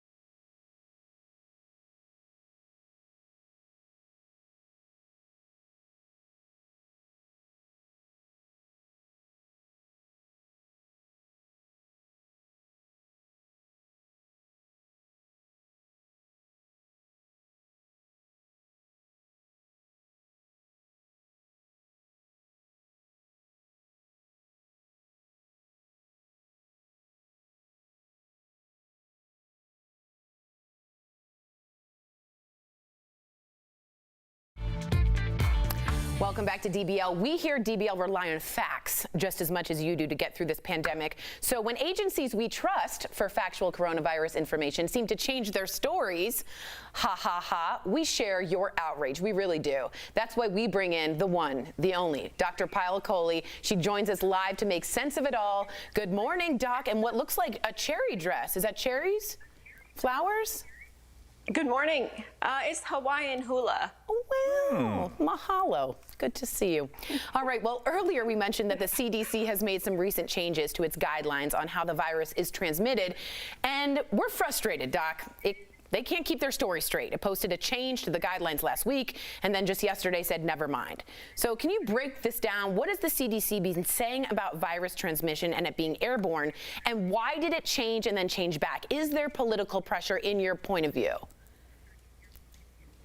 So, you know, the CDC had posted a change saying there was aerosol transmission. And in the past, when the CDC has changed something they've posted, it's really largely been driven by the fact that there's new science. But in this case, that's what has me really confused, because what they posted was actually scientifically correct. Wow. There is aerosol transmission of this virus. So I really can't understand why they changed it back, but I'm going to speculate here that it's because we want to loosen the restrictions on bars, on restaurants, on political rallies, and a lot of the gatherings that we want to happen. Meanwhile, 200,000 Americans have died. Wow.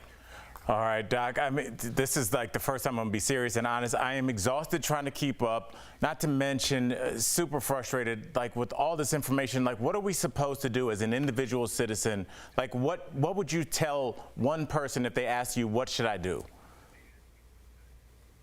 You know, Al, I'm so frustrated too. And I sat here a few months ago and I told you that I had blind faith in everything the CDC said, because before this pandemic, I really did. And because of all this back and forth, they have lost so much credibility amongst the medical community. And now is a time when we need to trust them more than ever, because we're in the middle of a public health crisis. So I echo your frustration, and I wish that things were different. But in my opinion, there are only two doctors that I trust, that I turn to for the facts.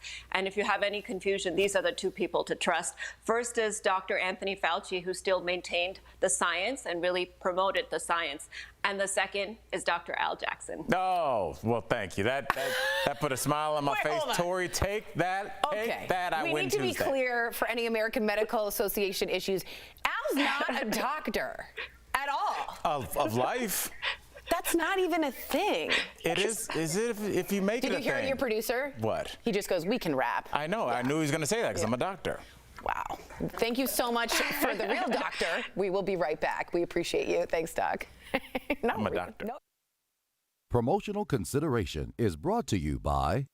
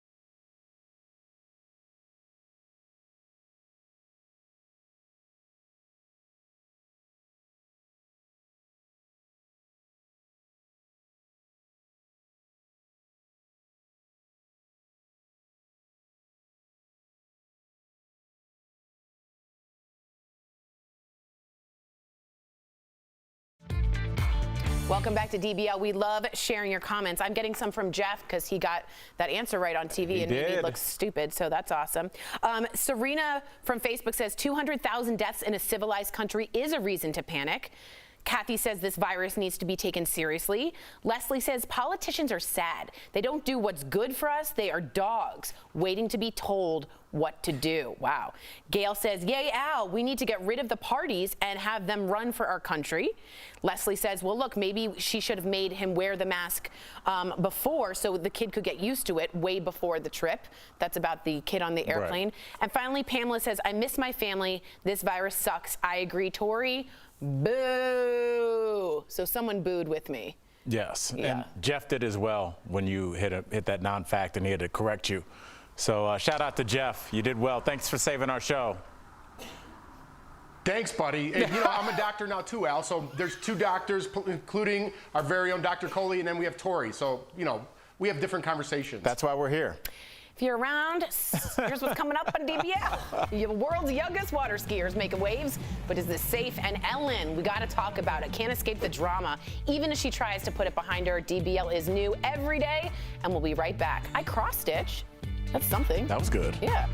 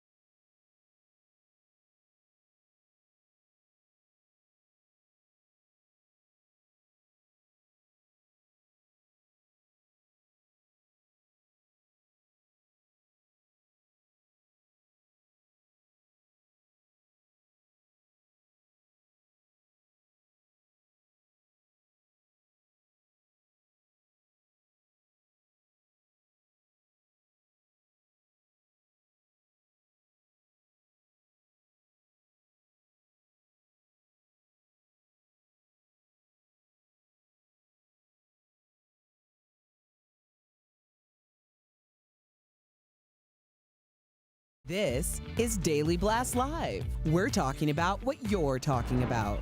Real, honest, entertaining, live. DBL starts right now. 3, 2. Welcome to Daily Blast Live. I am Tori here with Al. Sam has the day off. Good to be with you. Tori, I was going to say I didn't have time to hide my coffee. Yeah. But I'm more embarrassed it's in a paper cup. So I think we need to talk to our viewers and get some suggestions on mugs. Could we do some pun mugs? No. Okay, let's just bring Jeff in. See, you ruin everything. You're gonna girl it up. I don't want you to do it. I just want a mug. I think you're gonna have a cat on my mug knitting. It's gonna be great. It's gonna be amazing. Everyone send in suggestions. Jeff, do you have one for a mug? I want mine to say Daily Blast Live political insider Jeff Schroeder. Oh man, you're gonna make me regret this whole day, aren't you? Oh man, okay. All right, let's move on to something we can talk about with some passion. Ellen, because you guys are writing me like crazy, is taking some heat over her apology on her season 18 premiere. Several current and former employees told BuzzFeed News the talk show host came across as, quote, disingenuous, half-hearted, and tone-deaf, especially since many of the allegations dealt with sexual harassment, racism, and misconduct. Ellen addressed the allegations, but she also really poked fun at it in like a monologue way, and how she's become known as the Be Kind lady. Take a look and let's discuss after. Being known as the Be Kind lady is a tricky position to be in. So let me give you some advice out there. If anybody's thinking of changing their title or giving yourself a nickname, do not go with the Be Kind lady. Don't do it. Okay. I've gone a tiny mini bit viral on this because I've been very open about it, and I got to be honest with you. It's not that hard to be kind, is it? Is it that hard? I think she failed this absolutely miserably. Al, what do you think? I think that she felt like she was backed into a corner, and she does what's always worked for her, Jeff, which is make jokes and kind of poke fun at herself. Dude, read the room. But this is not the time to do that, and I'll tell you why. Because it didn't come off like she cared. It just figured, it was like, how do I get around this and continue with my empire? I think it would have been more genuine if she had said, I spoke with this intern that had a problem. I'm going to bring an intern out and have a one-on-one on television, and we're going to talk about their experience that they have. No jokes, no music, no DJ to save her. Just have a real honest moment, because I feel like a lot of Ellen's viewers feel like this whole 18 years or however long she's been on has been a lie. Yeah, and Jeff, just really quickly, I think this did a lot worse for her. I want to like Ellen, but she keeps digging a hole. And I agree with Al, had she been just really transparent and not so flippant, perhaps it would have gone over a little bit better, but it felt so like off the cuff and like she didn't care. Yeah, and listen, we've talked about this a lot, and I think you guys know our stand with this. I don't want to repeat what Al said, but this is her wheelhouse, right? She went to what she knows best and feels most comfortable with, and it's jokes. You're right too, Tori. I think if she just would have sat down and been sincere about everything, because I don't know if she absolutely knew about everything going on. All I hear is these rumors, and they keep getting bigger and bigger and bigger, and I don't know what to believe anymore. But my heart says give her another chance. I think she's going to learn a huge lesson from this. I'd like to see her move forward because she does help a lot of people. But listen, I'm not going to be the guy on our show that dies on this Ellen hill. You know what I mean? If you don't want to watch as a viewer, don't watch her. I'm just from the school of, listen, you make a mistake, you learn from it, and you move forward. And I hope that's what Ellen does, because she does change a lot of people's lives for the positive. But yes, Tori, I see what you're saying about the negatives. And I agree with what you're saying too, Jeff, and I hear you. I thought this is when she was going to say, I learned a lesson from it. And instead she says, don't be the Be Kind woman, because it's hard. But Tori, when is it a mistake and when is it a body of work? If I say something untoward to you off camera, that's a mistake. We've had a body of work of a real legitimate friendship. I love you as a family member. That's something that can be worked through. But if since day one, this has been going on, and then it finally comes out on the internet, and now all of a sudden I'm like, I made a mistake, are years a mistake, or is that who you are?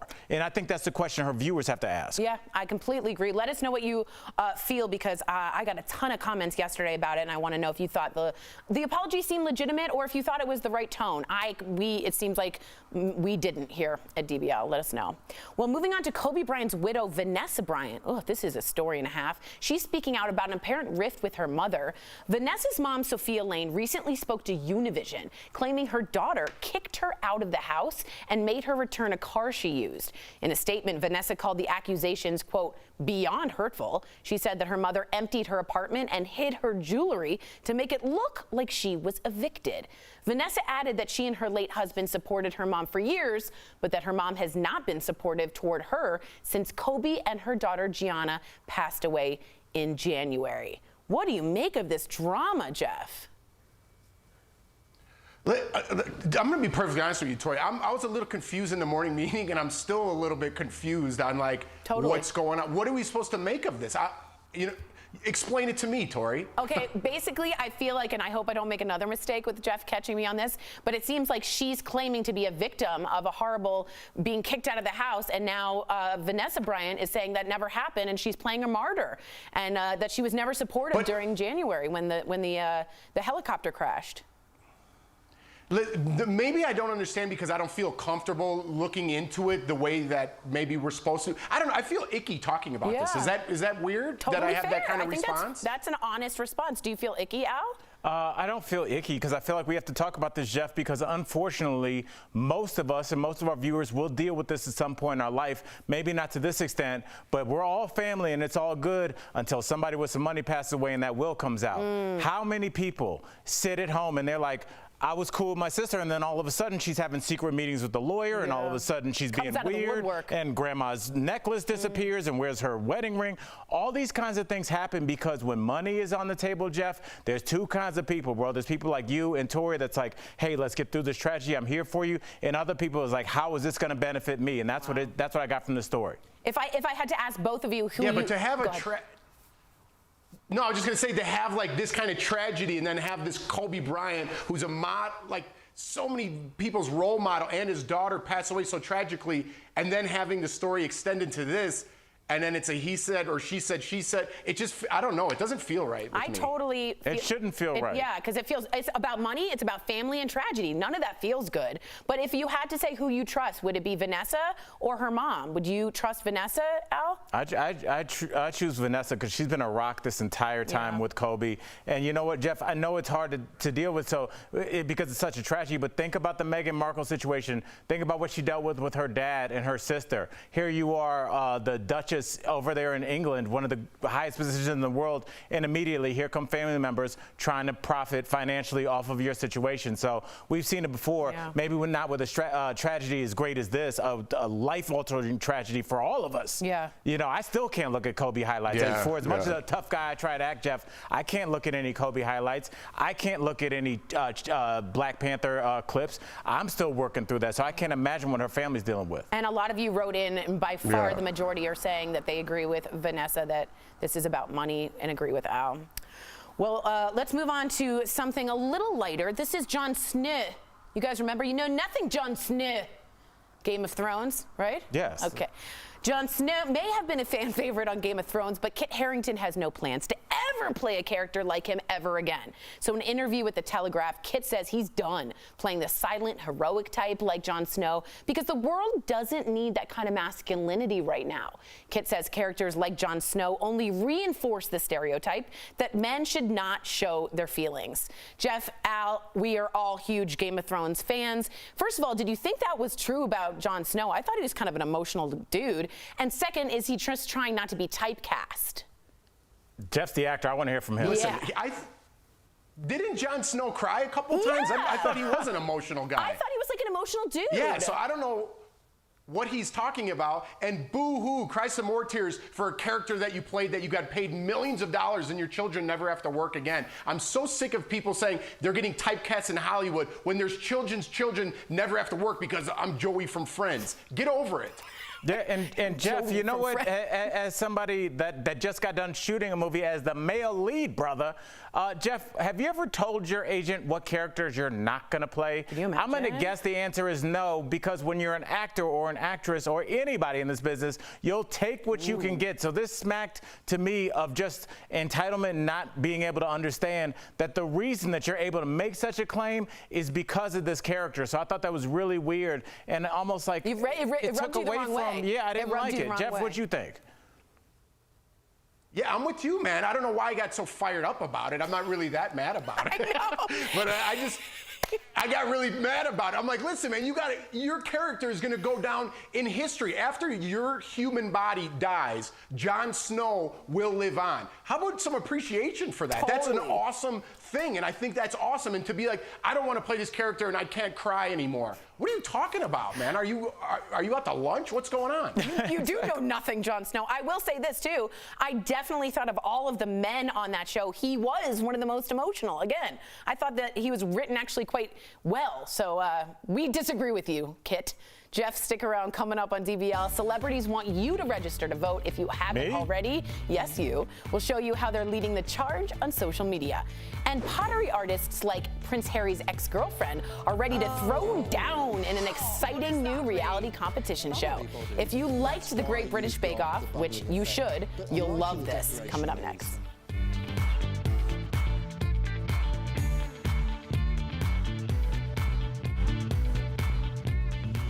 Tomorrow on DBL, getting suspects to sing. police interrogation tactics from some of the country's most notorious criminal cases. What would you think I'm accusing you of? I don't know, but I want a lawyer. Don't miss True Crime Chronicles tomorrow on DBL.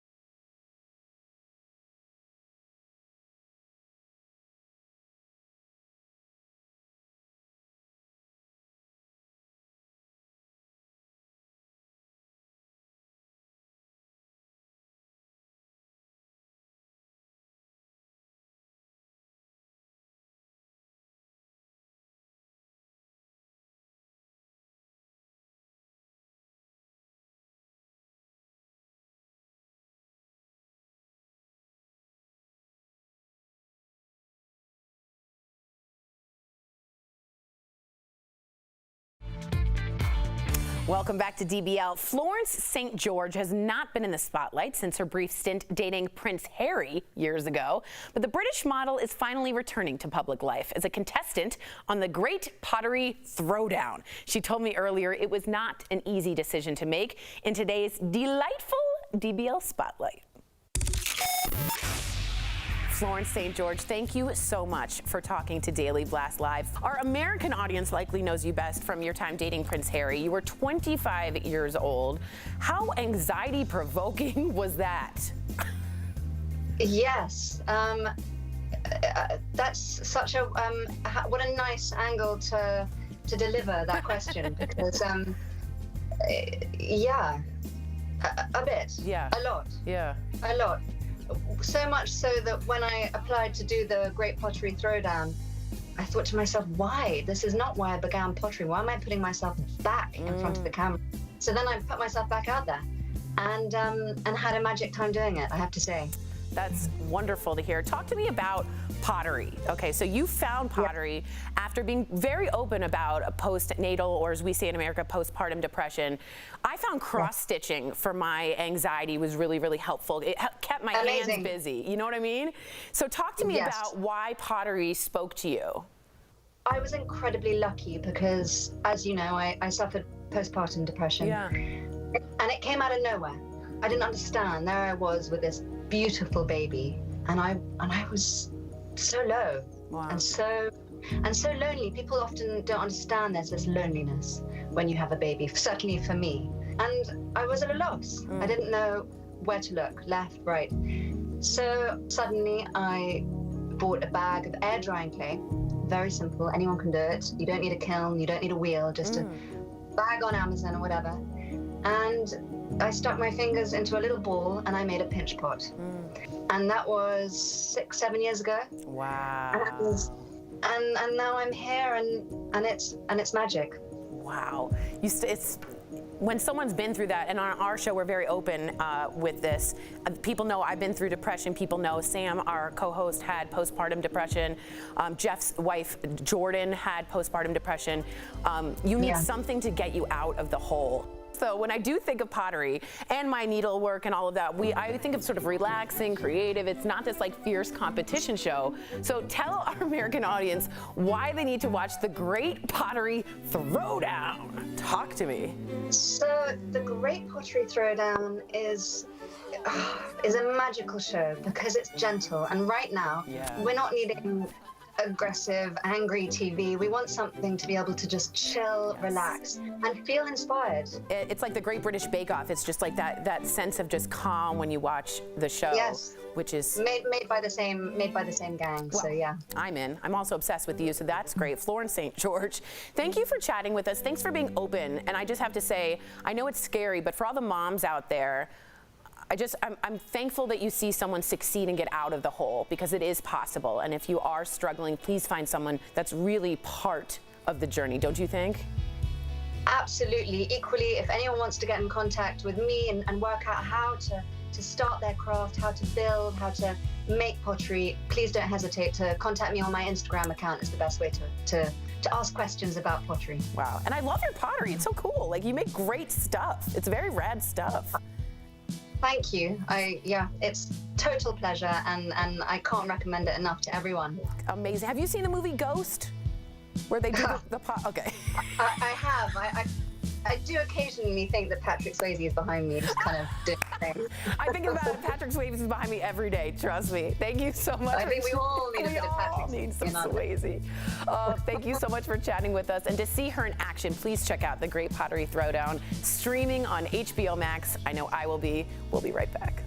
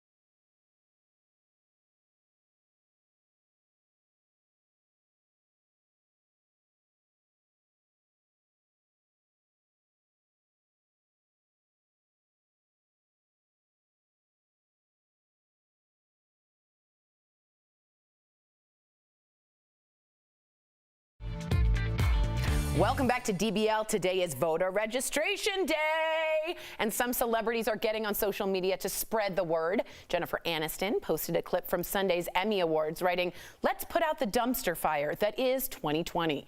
Taylor Swift posted resources on her Instagram page and called voting in November's election more important than she could possibly say. And Gloria Steinem told Access Hollywood that Meghan Markle came back to the U.S. just so she could vote. The two were even calling voters directly. Look at this. She came home to vote. And the first thing we did, and why she came to see me, was we sat at the dining room table here where I am right now and cold called voters. Wow. And said, hello, I'm Meg, and hello, I'm Gloria, and are you going to vote? Right. And that was her initiative. Do you think she moved back to just to vote, Al? Jeff, I think the $100 million Netflix deal and the 19-bedroom mansion were also two of the reasons. And that and voting. That and voting, possibly.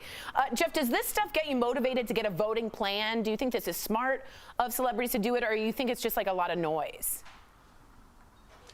Listen, Tori, I'm going to be honest with you. I think it's a lot of noise. Like, why don't you just do your civil duty and go vote? Do you need to put it on all your social media? Do you take a picture of every time you return your shopping cart? Just vote. And I don't need to go through my Instagram and see, I voted, I'm a social justice hero. Just vote and shut up. Okay. I think that hashtag could go. Vote and shut up. Vote and shut up. Well, that's what Obama said when he said, don't boo, vote at some point. But my question is, remember MTV, Al, Rock the Vote? That actually changed into actual votes. Millions of youth voters who had never thought of it went to the polls. So does entertainment have value when it comes to this? I think it did then, Tori, but Jeff, and I want to know if you agree with this, I think that this class of voters coming up, the 18-year-olds that normally would have needed a rock star to tell them to vote. Don't forget, these are the kids from the school shooting era that grew up seeing the NRA do nothing, that grew up feeling like politics did nothing for them. So their vote is different than other generations of 18-year-olds because they grew up in this. This isn't just rhetoric to them. No matter how people my age feel these kids need to shut up or good for these kids, doesn't matter about us. They grew up in this age and they're the only people that can really understand it. Wow, well said. Coming up on DBL, insane video of the world's youngest water skier ever. Well, there's the video. Wait till you find out how old he is. Is it water skiing if you don't know you're doing it? I don't think so. Coming up next, I know what you mean.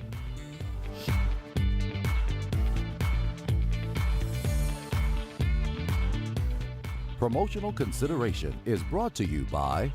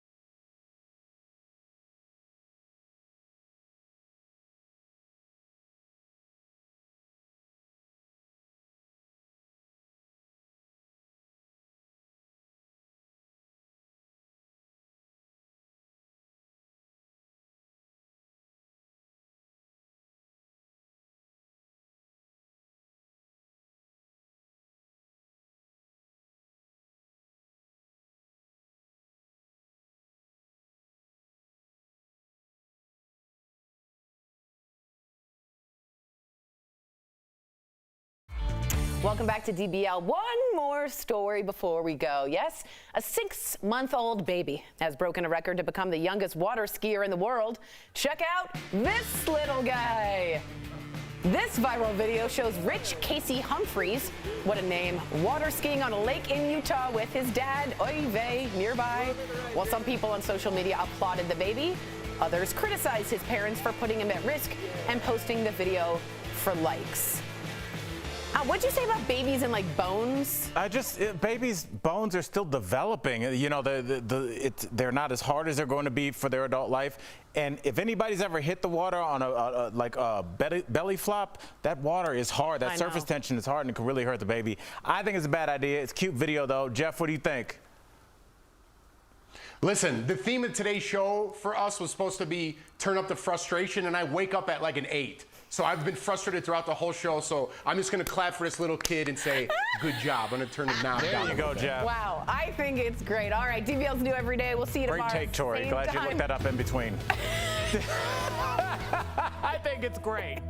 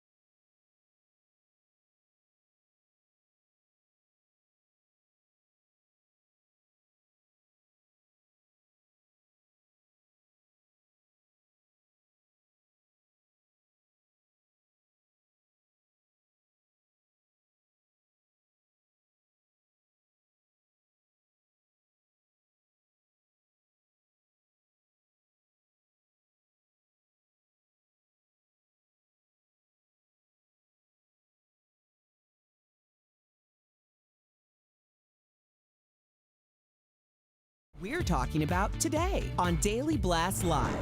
Another mistake from the CDC about how the coronavirus spreads has people confused and outraged. Who can we believe when it comes to COVID? An about face from both sides of the aisle on filling RBG's seat. Today's debate, can politicians change their mind, or is it always about their own agenda? And you could use my words against me and you'd be absolutely right. Fallout from Ellen's return as former employees reveal what they really think of her apology. And if I've ever let someone down, if I've ever hurt their feelings, I am so sorry for that. Did it miss the mark? And whoa, baby, need a 6-month-old breaking records on the water. Real, honest, entertaining, live. DBL starts right now. 3, 2. Ooh, nice and strong. Welcome to DBL. Hi, it's Tuesday, September 22nd, National Voter Registration Day. Yes. Huh? Okay. I'm Tori here with Al. Sam has the day off, and Jeff joins us from home. Jeff, how you feeling? I feel good. Happy Tuesday. Happy Tuesday. And also, guys, first day of fall and a finished macross stitch. Oh, wow. Huh? I like that. That's really good. Thank you. You know I make fun of you a lot. That's really good. Thank you. Thanks, everyone. All right. Thanks for the sound effects in the booth. All right, we're going to get straight to these because today we're a little frustrated, these topics, and we want you guys at home to really let it out if you're feeling frustrated. We are in the middle of a pandemic that has now killed more than 200,000 Americans. So now more than ever, we're all looking for information we can trust to keep our loved ones safe. What is going on, though, with the CDC? On Friday, they posted about the threat of the virus spreading through the air. Then yesterday, they took it down, saying it had been posted in error. Meantime, the president said this yesterday in Ohio about the disease. Take a look. It affects elderly people with heart problems and other problems. If they have other problems, that's what it really affects. That's it. You know, in some states, thousands of people, nobody young, below the age of 18, like nobody. They have a strong immune system. Who knows? You take your hat off to the young because they have a hell of an immune system. But of course, that's not entirely true. It's not just old people with heart conditions. This 28-year-old OBGYN resident in Houston died over the weekend. She had been sick with the virus for months before it finally took her life. Jeff, this is so up your alley. How do you know who to trust about the coronavirus? Because our country's getting it wrong, and it's very confusing. Yeah, and like you said at the top of the show, Tori, it's frustrating. I'm frustrated for two reasons. One, we started the show with you showing a cross stitch. I have 2 kids to feed. We're not going to go on much longer with that type of programming. Hey! Run the world. And on a serious note, Tori, I've been saying this for months, but nobody cares about it, right? I've been saying the CDC has gotten things wrong from the very beginning, and they have. It's not completely their fault because this is a brand new disease, and we don't know exactly what's going on with it even to this day. But they've gotten their information wrong a lot of times. Trump, I mean, I'm not going to go to Trump if I need a mechanic. I don't care what Trump has to say about medical issues, right? I understand he's our president, but you have to take that information that Trump gives you with a grain of salt. So, I mean, I don't know who to listen to. I listen to our very own Dr. Pyle Coley, who doesn't have a political agenda, and it's making me think the CDC might have a political agenda in this. So if you want to talk about frustrated, put me at the top of that list because I don't trust anybody. I feel, Jeff, I totally hear you. At the same time, I also think that the CDC is supposed to be apolitical, like Dr. Coley, and I agree with you. I think they're bending to political pressure, and when that happens, who the heck can we trust? Cockroaches? Al, talk to me. Well, you know, Jeff, you're talking about the CDC and the difficult job that they had getting the facts out to the American public because they don't know. And as somebody that's done scientific research, although on a much smaller scale, it's slow and you don't know and you have to repeat and redo experiments. While you're doing that, and what the CDC was up against, Jeff and Tori, is that facts are coming out of everywhere. They're coming from the president. They're coming from Joe Rogan's podcast. They're coming from left-wing sites. They're coming from right-wing sites. They're coming from doctors in other countries. And so I feel like they had this strange pressure to get something out there because no authoritative voice was speaking. And this is what happens when everybody thinks that they have the facts. It's that nobody has the facts. But nobody had the facts on vaccines. I know, but the CDC should have the facts. And if they don't, but not for a new virus. Don't say anything and make us confused. But if they shut up, then that's going to open up Pandora's box to everybody just saying whatever. And they're saying, we're not getting anything from the CDC. I'd rather get the fact than hear it, then it's not right, then it's right. Now I don't trust anything. Am I right? Jeff, what do you think? How can you, Tori, when they're lying to us? I mean, Dr. Fauci admitted that he lied to us from the beginning about wearing masks because he didn't want people hoarding masks. I get the reason he lied to us, but how do we know from the very beginning of this thing that anyone's telling us the truth when they started off with a lie? Yeah. You know, that's kind of where I'm at. I totally hear you. And why is this not the same in any other developed country? Why is it that it's all working for them and not for us? So write us in, Facebook, YouTube. We'd love to hear from you. And you know what? Let's let it out. Just say boo. Yeah, if you're watching. You didn't want to say boo? I can't. Okay. I can't. Okay. It just, you look like a second grade teacher just saying let's shake the willies out. Yeah. Okay. Another really frustrating thing, politicians who flip-flop or co-hosts that are very mean on their positions, all in an effort to get their way. Of course, we're talking about the fight to fill the Supreme Court seat left empty by the death of Ruth Bader Ginsburg. Up first, check out what presidential hopeful Joe Biden said back in 2016. I made it absolutely clear that I would go forward with the confirmation process as chairman, even a few months before a presidential election, if the nominee were chosen with the advice and not merely the consent of the Senate, just as the Constitution requires. Okay, well, Joe Biden is now saying that we should wait until after the election to fill the empty seat, but he's not the only politician who's changed his position. Oh, no. Here's what Senator Lindsey Graham said about it in 2016. Take a look. I want you to use my words against me.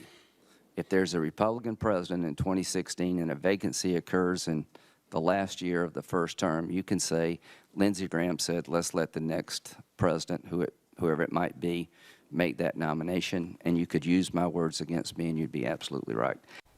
Okay, well, we thought we could, but now, of course, Lindsey Graham has vowed to fill the seat before the election. So my head is spinning. The question is, do politicians just flip-flop to get their way, and is there a problem with that? Jeff, what do you think about Mr. and Mrs. Flip-Flop in Washington, D.C.?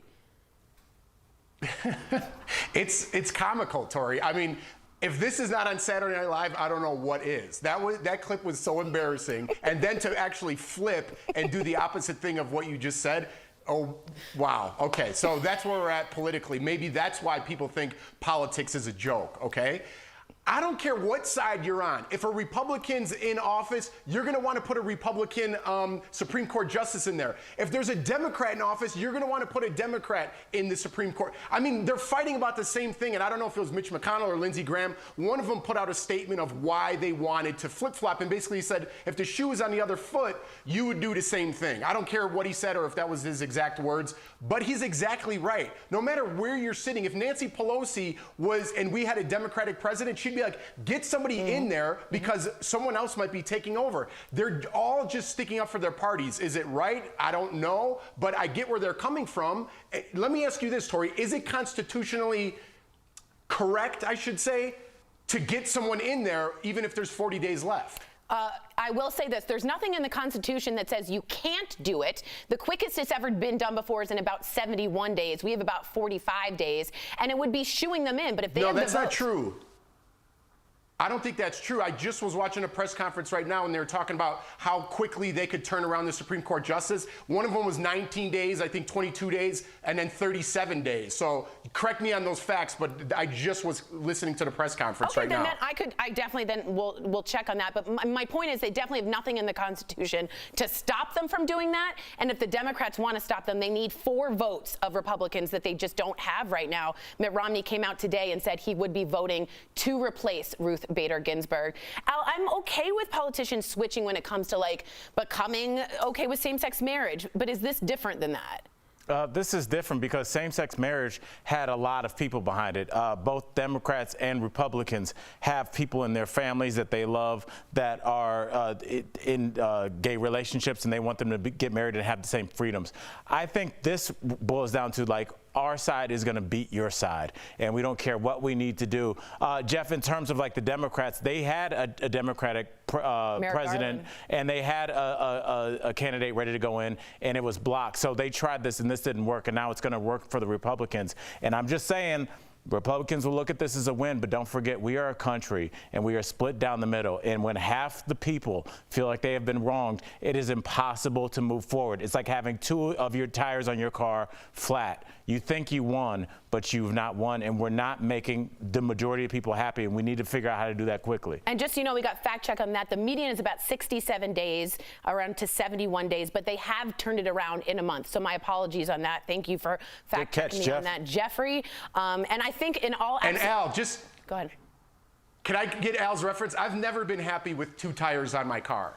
What kind of car is that? Well, you can move forward with 3. No, if you're the majority, if 3 of your tires, trust me, 3 of your tires are inflated, you can get to the gas station. Dude, 2 what cars have you been in? Jeff, don't go. Unless I'm on a motorcycle, I'm not happy with 2 of my tires not working.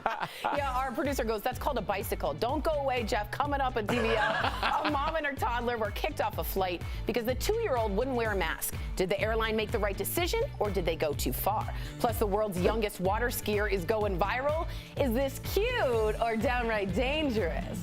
And as we go to break, check out our empty studio because most of our coworkers are still at home. We thank them every single day. We'll be right back. Daily Blast Live wants to add sparkle to your life. We're giving away the official Daytime Emmy gift bag filled with luxury products worth more than $5,000. Here's how you can win. Send us a video telling us about your quarantine, how your life has changed, new hobbies, or plans you had to cancel, and what you look forward to the most once the pandemic is over. The winner will be announced Friday, September 25th, and become the owner of the official Daytime Emmy gift bag.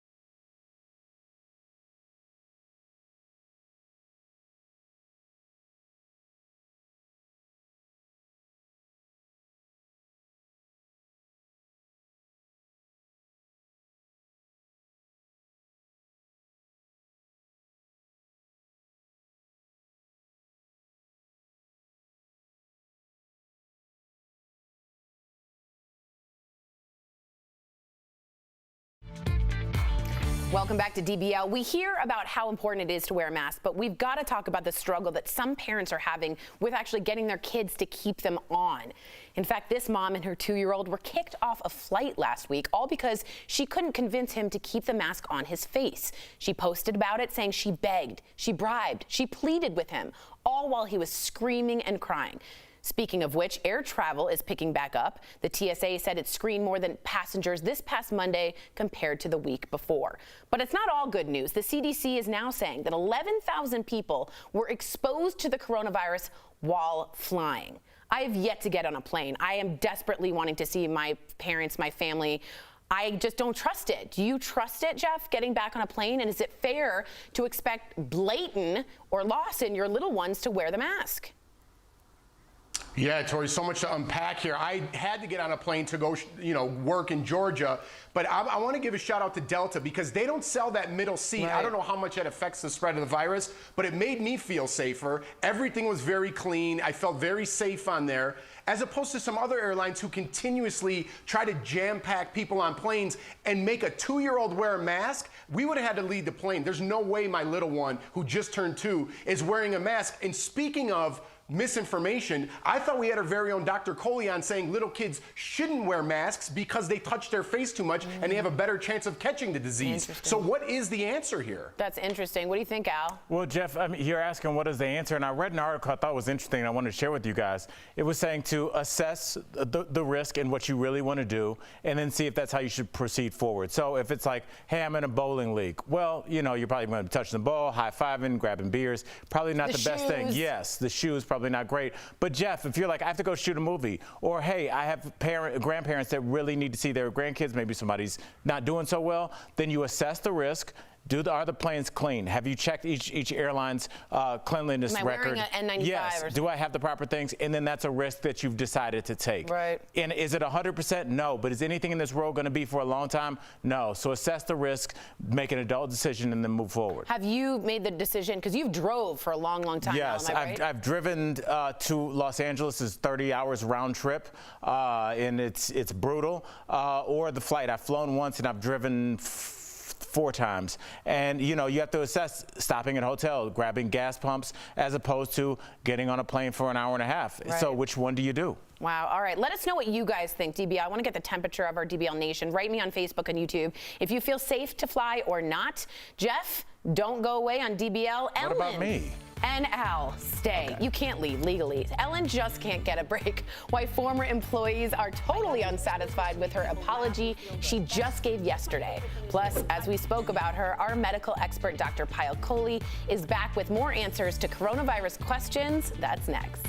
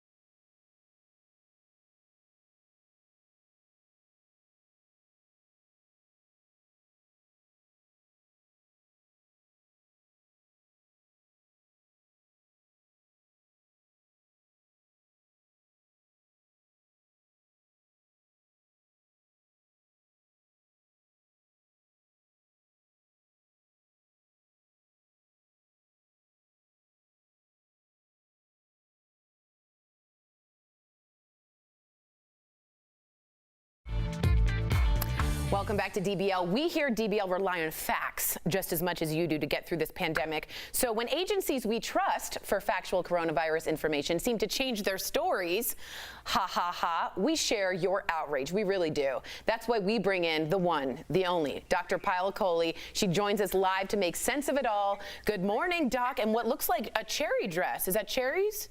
Flowers? Good morning. It's Hawaiian hula. Oh, wow. Mahalo. Good to see you. All right. Well, earlier we mentioned that the CDC has made some recent changes to its guidelines on how the virus is transmitted. And we're frustrated, Doc. They can't keep their story straight. It posted a change to the guidelines last week and then just yesterday said, never mind. So can you break this down? What has the CDC been saying about virus transmission and it being airborne? And why did it change and then change back? Is there political pressure in your point of view? So, the CDC had posted a change saying there was aerosol transmission. And in the past, when the CDC has changed something they've posted, it's really largely been driven by the fact that there's new science. But in this case, that's what has me really confused, because what they posted was actually scientifically correct. Wow. There is aerosol transmission of this virus. So I really can't understand why they changed it back, but I'm going to speculate here that it's because we want to loosen the restrictions on bars, on restaurants, on political rallies, and a lot of the gatherings that we want to happen. Meanwhile, 200,000 Americans have died. Wow. All right, Doc. I mean, this is like the first time I'm gonna be serious and honest. I am exhausted trying to keep up, not to mention super frustrated, like with all this information. Like, what are we supposed to do as an individual citizen? Like, what would you tell one person if they asked you, what should I do? You know, Al, I'm so frustrated too. And I sat here a few months ago and I told you that I had blind faith in everything the CDC said, because before this pandemic, I really did. And because of all this back and forth, they have lost so much credibility amongst the medical community. And now is a time when we need to trust them more than ever, because we're in the middle of a public health crisis. So I echo your frustration, and I wish that things were different. But in my opinion, there are only two doctors that I trust, that I turn to for the facts. And if you have any confusion, these are the two people to trust. First is Dr. Anthony Fauci, who still maintained the science and really promoted the science. And the second is Dr. Al Jackson. Oh, well, thank you. That put a smile on my face. Tori, take that. Okay. Take that. I we win need to be Tuesday. clear for any American Medical Association issues. Al's not a doctor at all. Of life. That's not even a thing. It is it if you make it a thing? Did you hear your producer? What? He just goes, we can rap. I know. Yeah. I knew he was going to say that because I'm a doctor. Wow. Thank you so much for the real doctor. We will be right back. We appreciate you. Thanks, Doc. I'm a doctor. No. Promotional consideration is brought to you by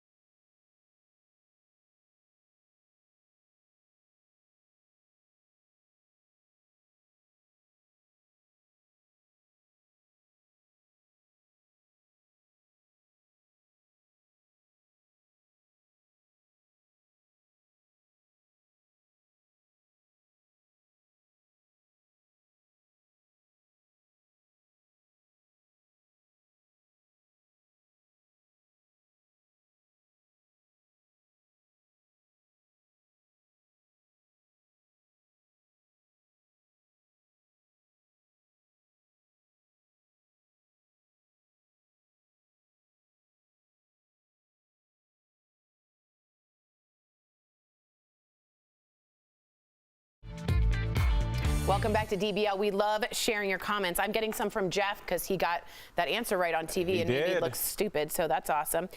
Serena from Facebook says 200,000 deaths in a civilized country is a reason to panic. Kathy says this virus needs to be taken seriously. Leslie says politicians are sad. They don't do what's good for us. They are dogs waiting to be told what to do. Wow. Gail says, yay, Al, we need to get rid of the parties and have them run for our country.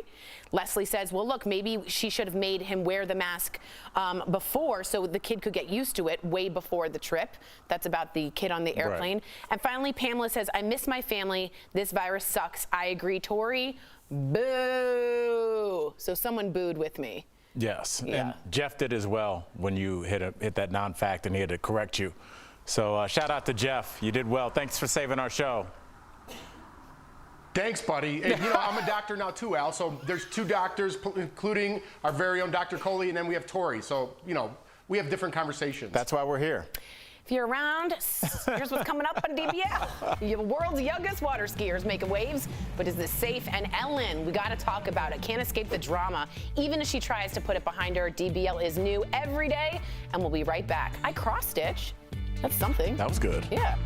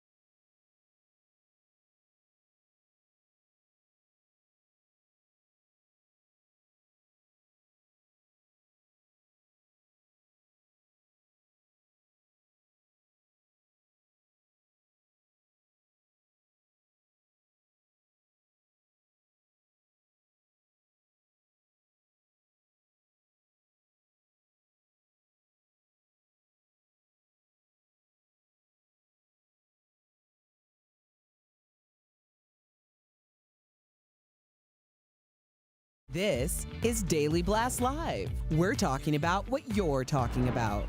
Real, honest, entertaining, live. DBL starts right now. 3, 2. Welcome to Daily Blast Live. I am Tori here with Al. Sam has the day off. Good to be with you. Tori, I was going to say I didn't have time to hide my coffee. Yeah. But I'm more embarrassed it's in a paper cup. So I think we need to talk to our viewers and get some suggestions on mugs. Could we do some pun mugs? No. Okay, let's just bring Jeff in. See, you ruin everything. You're gonna girl it up. I don't want you to do it. I just want a mug. I think you're gonna have a cat on my mug knitting. It's gonna be great. It's gonna be amazing. Everyone send in suggestions. Jeff, do you have one for a mug? I want mine to say Daily Blast Live political insider Jeff Schroeder. Oh man, you're gonna make me regret this whole day, aren't you? Oh man, okay. All right, let's move on to something we can talk about with some passion. Ellen, because you guys are writing me like crazy, is taking some heat over her apology on her season 18 premiere. Several current and former employees told BuzzFeed News the talk show host came across as, quote, disingenuous, half-hearted, and tone-deaf, especially since many of the allegations dealt with sexual harassment, racism, and misconduct. Ellen addressed the allegations, but she also really poked fun at it in like a monologue way, and how she's become known as the Be Kind lady. Take a look and let's discuss after. Being known as the Be Kind lady is a tricky position to be in. So let me give you some advice out there. If anybody's thinking of changing their title or giving yourself a nickname, do not go with the Be Kind lady. Don't do it. Okay. I've gone a tiny mini bit viral on this because I've been very open about it, and I got to be honest with you. It's not that hard to be kind, is it? Is it that hard? I think she failed this absolutely miserably. Al, what do you think? I think that she felt like she was backed into a corner, and she does what's always worked for her, Jeff, which is make jokes and kind of poke fun at herself. Dude, read the room. But this is not the time to do that, and I'll tell you why. Because it didn't come off like she cared. It just figured, it was like, how do I get around this and continue with my empire? I think it would have been more genuine if she had said, I spoke with this intern that had a problem. I'm going to bring an intern out and have a one-on-one on television, and we're going to talk about their experience that they have. No jokes, no music, no DJ to save her. Just have a real honest moment, because I feel like a lot of Ellen's viewers feel like this whole 18 years or however long she's been on has been a lie. Yeah, and Jeff, just really quickly, I think this did a lot worse for her. I want to like Ellen, but she keeps digging a hole. And I agree with Al, had she been just really transparent and not so flippant, perhaps it would have gone over a little bit better, but it felt so like off the cuff, and like she didn't care. Yeah, and listen, we've talked about this a lot, and I think you guys know where I stand with this. I don't want to repeat what Al said, but this is her wheelhouse, right? She went to what she knows best and feels most comfortable with, and it's jokes. You're right too, Tori. I think if she just would have sat down and been sincere about everything, because I don't know if she absolutely knew about everything going on. All I hear is these rumors, and they keep getting bigger and bigger and bigger, and I don't know what to believe anymore. But my heart says give her another chance. I think she's going to learn a huge lesson from this. I'd like to see her move forward because she does help a lot of people. But listen, I'm not going to be the guy on our show that dies on this Ellen hill. You know what I mean? If you don't want to watch as a viewer, don't watch her. I'm just from the school of, listen, you make a mistake, you learn from it, and you move forward. And I hope that's what Ellen does, because she does change a lot of people's lives for the positive. But yes, Tori, I see what you're saying about the negatives. And I agree with what you're saying too, Jeff, and I hear you. I thought this is when she was going to say, I learned a lesson from it. And instead she says, don't be the Be Kind woman, because it's hard. But Tori, when is it a mistake and when is it a body of work? If I say something untoward to you off camera, that's a mistake. We've had a body of work of a real legitimate friendship. I love you as a family member. That's something that can be worked through. But if since day one, this has been going on, and then it finally comes out on the internet, and now all of a sudden I'm like, I made a mistake, are years a mistake, or is that who you are? And I think that's the question her viewers have to ask. Yeah, I completely agree. Let us know what you feel, because I got a ton of comments yesterday about it, and I want to know if you thought the apology seemed legitimate, or if you thought it was the right tone. It seems like we didn't here at DBL. Let us know. Well, moving on to Kobe Bryant's widow, Vanessa Bryant. Oh, this is a story and a half. She's speaking out about an apparent rift with her mother. Vanessa's mom, Sophia Lane, recently spoke to Univision, claiming her daughter kicked her out of the house and made her return a car she used. In a statement, Vanessa called the accusations, quote, beyond hurtful. She said that her mother emptied her apartment and hid her jewelry to make it look like she was evicted. Vanessa added that she and her late husband supported her mom for years, but that her mom has not been supportive toward her since Kobe and her daughter Gianna passed away in January. What do you make of this drama, Jeff? I'm going to be perfectly honest with you, Tori. I was a little confused in the morning meeting, and I'm still a little bit confused on what's going on. What are we supposed to make of this? Explain it to me, Tori. Okay, basically, I feel like, and I hope I don't make another mistake with Jeff catching me on this, but it seems like she's claiming to be a victim of a horrible being kicked out of the house, and now Vanessa Bryant is saying that never happened, and she's playing a martyr, and that she was never supported during January when the helicopter crashed. Maybe I don't understand because I don't feel comfortable looking into it the way that maybe we're supposed to. I don't know. I feel icky talking about this. Is that weird that I have that kind of response? That's an honest response. Do you feel icky, Al? I don't feel icky because I feel like we have to talk about this, Jeff, because unfortunately, most of us and most of our viewers will deal with this at some point in our life. Maybe not to this extent, but we're all family and it's all good until somebody with some money passes away and that will comes out. How many people sit at home and they're like, I was cool with my sister, and then all of a sudden she's having secret meetings with the lawyer, and all of a sudden she's being weird, and grandma's necklace disappears, and where's her wedding ring?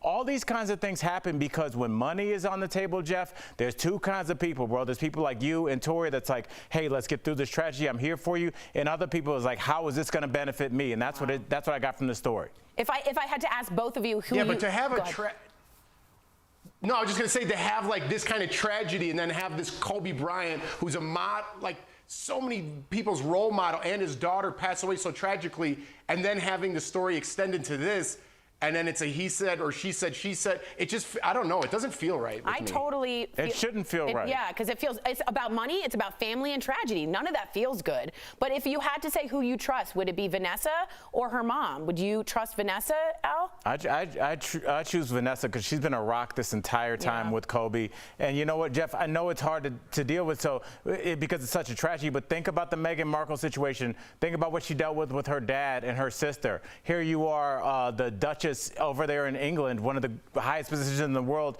and immediately here come family members trying to profit financially off of your situation. So we've seen it before. Maybe not with a tragedy as great as this, a life-altering tragedy for all of us. You know, I still can't look at Kobe highlights. For as much as a tough guy I try to act, Jeff, I can't look at any Kobe highlights. I can't look at any Black Panther clips. I'm still working through that, so I can't imagine what her family's dealing with. And a lot of you wrote in, and by far the majority are saying that they agree with Vanessa that this is about money and agree with Al. Well, let's move on to something a little lighter. This is Jon Snow. You guys remember? You know nothing, Jon Snow. Game of Thrones, right? Yes. Okay. Jon Snow may have been a fan favorite on Game of Thrones, but Kit Harington has no plans to ever play a character like him ever again. So in an interview with The Telegraph, Kit says he's done playing the silent, heroic type like Jon Snow because the world doesn't need that kind of masculinity right now. Kit says characters like Jon Snow only reinforce the stereotype that men should not show their feelings. Jeff, Al, we are all huge Game of Thrones fans. First of all, did you think that was true about Jon Snow? I thought he was kind of an emotional dude. And second, is he just trying not to be typecast? Jeff's the actor. I want to hear from him. Listen, didn't Jon Snow cry a couple times? I thought he was an emotional guy. I thought he was like an emotional dude. Yeah, so I don't know what he's talking about, and boo-hoo, cry some more tears for a character that you played that you got paid millions of dollars and your children never have to work again. I'm so sick of people saying they're getting typecast in Hollywood when there's children never have to work because I'm Joey from Friends. Get over it. Yeah, and Jeff, you know what? As somebody that just got done shooting a movie as the male lead, brother, Jeff, have you ever told your agent what characters you're not going to play? Can you imagine? I'm going to guess the answer is no, because when you're an actor or an actress or anybody in this business, you'll take what you can get. So this smacked to me of just entitlement, not being able to understand that the reason that you're able to make such a claim is because of this character. So I thought that was really weird and almost like it took away from. Yeah, I didn't like it. Jeff, what'd you think? Yeah, I'm with you, man. I don't know why I got so fired up about it. I'm not really that mad about it. I know. But I got really mad about it. I'm like, listen, man, your character is going to go down in history. After your human body dies, Jon Snow will live on. How about some appreciation for that? Totally. That's an awesome thing, and I think that's awesome. And to be like, I don't want to play this character and I can't cry anymore. What are you talking about, man? Are you out to lunch? What's going on? You do know nothing, Jon Snow. I will say this, too. I definitely thought of all of the men on that show, he was one of the most emotional. Again, I thought that he was written actually quite well. So we disagree with you, Kit. Jeff, stick around. Coming up on DBL, celebrities want you to register to vote if you haven't already. Yes, you. We'll show you how they're leading the charge on social media. And pottery artists like Prince Harry's ex-girlfriend are ready to throw down in an exciting new reality competition show. If you liked The Great British Bake Off, which you should, you'll love this. Coming up next.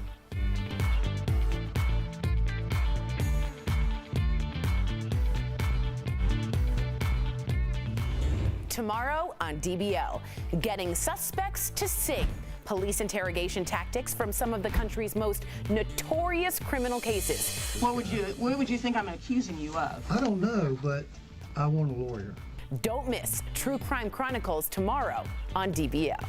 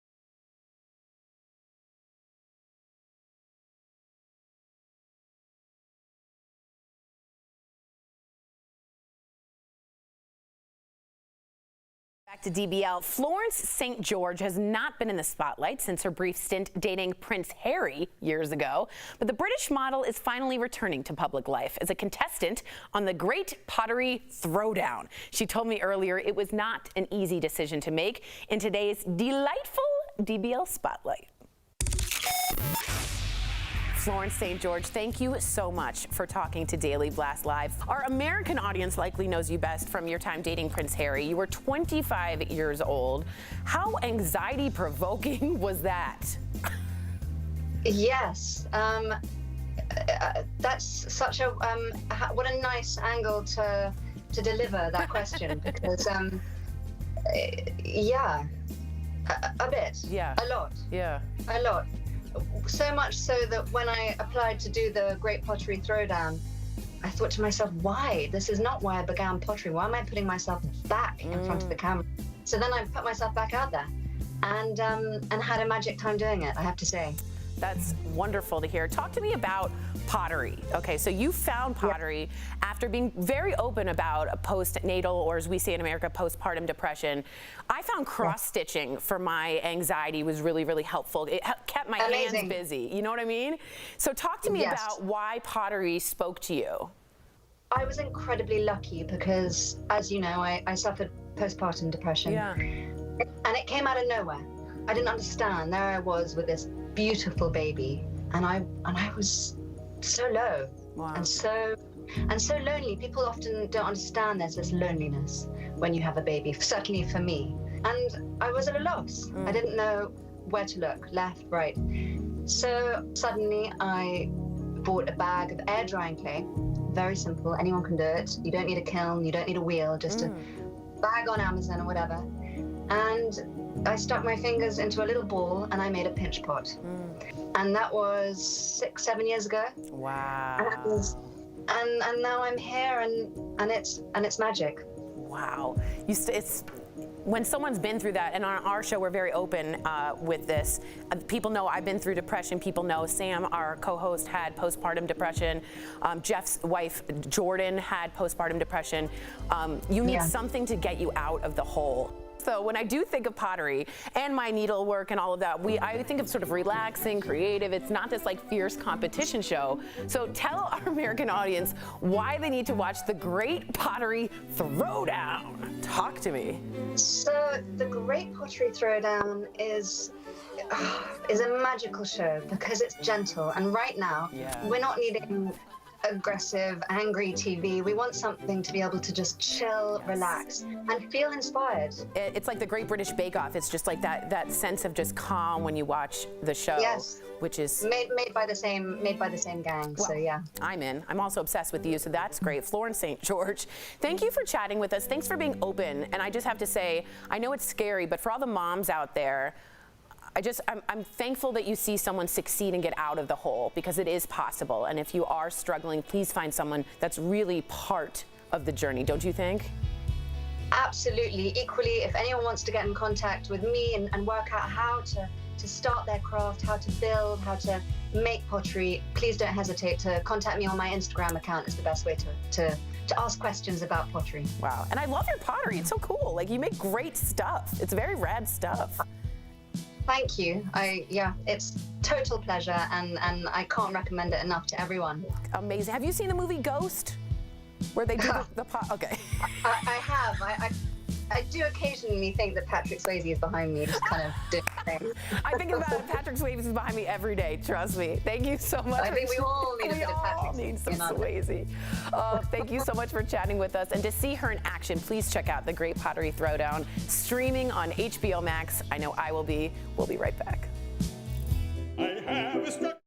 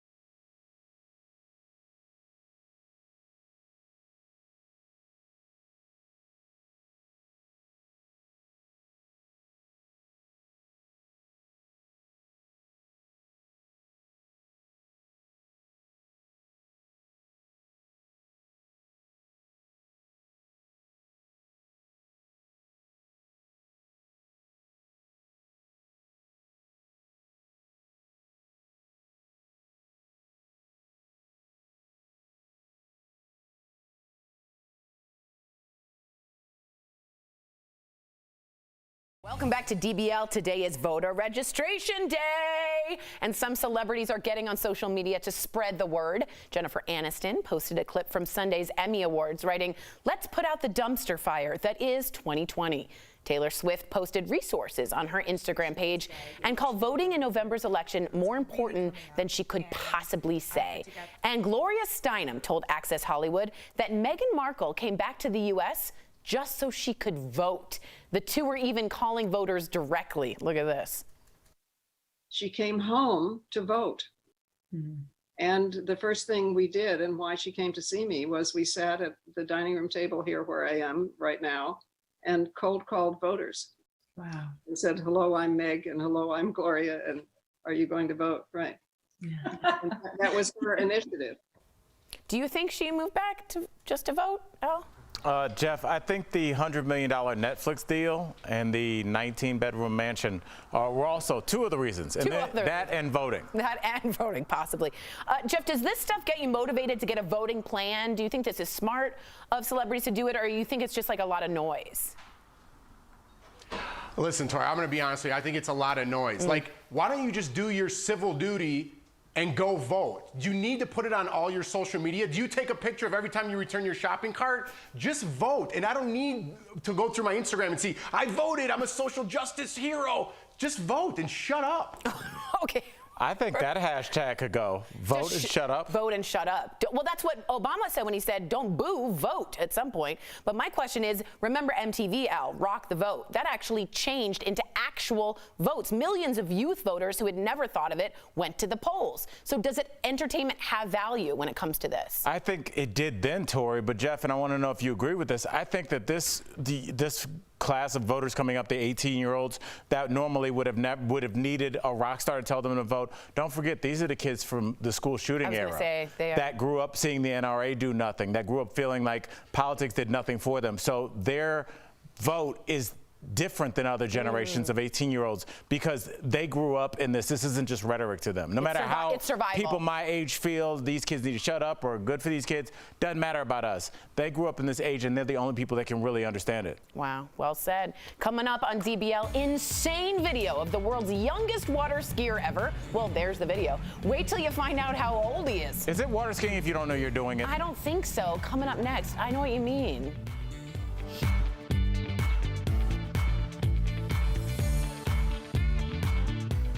Promotional consideration is brought to you by Are you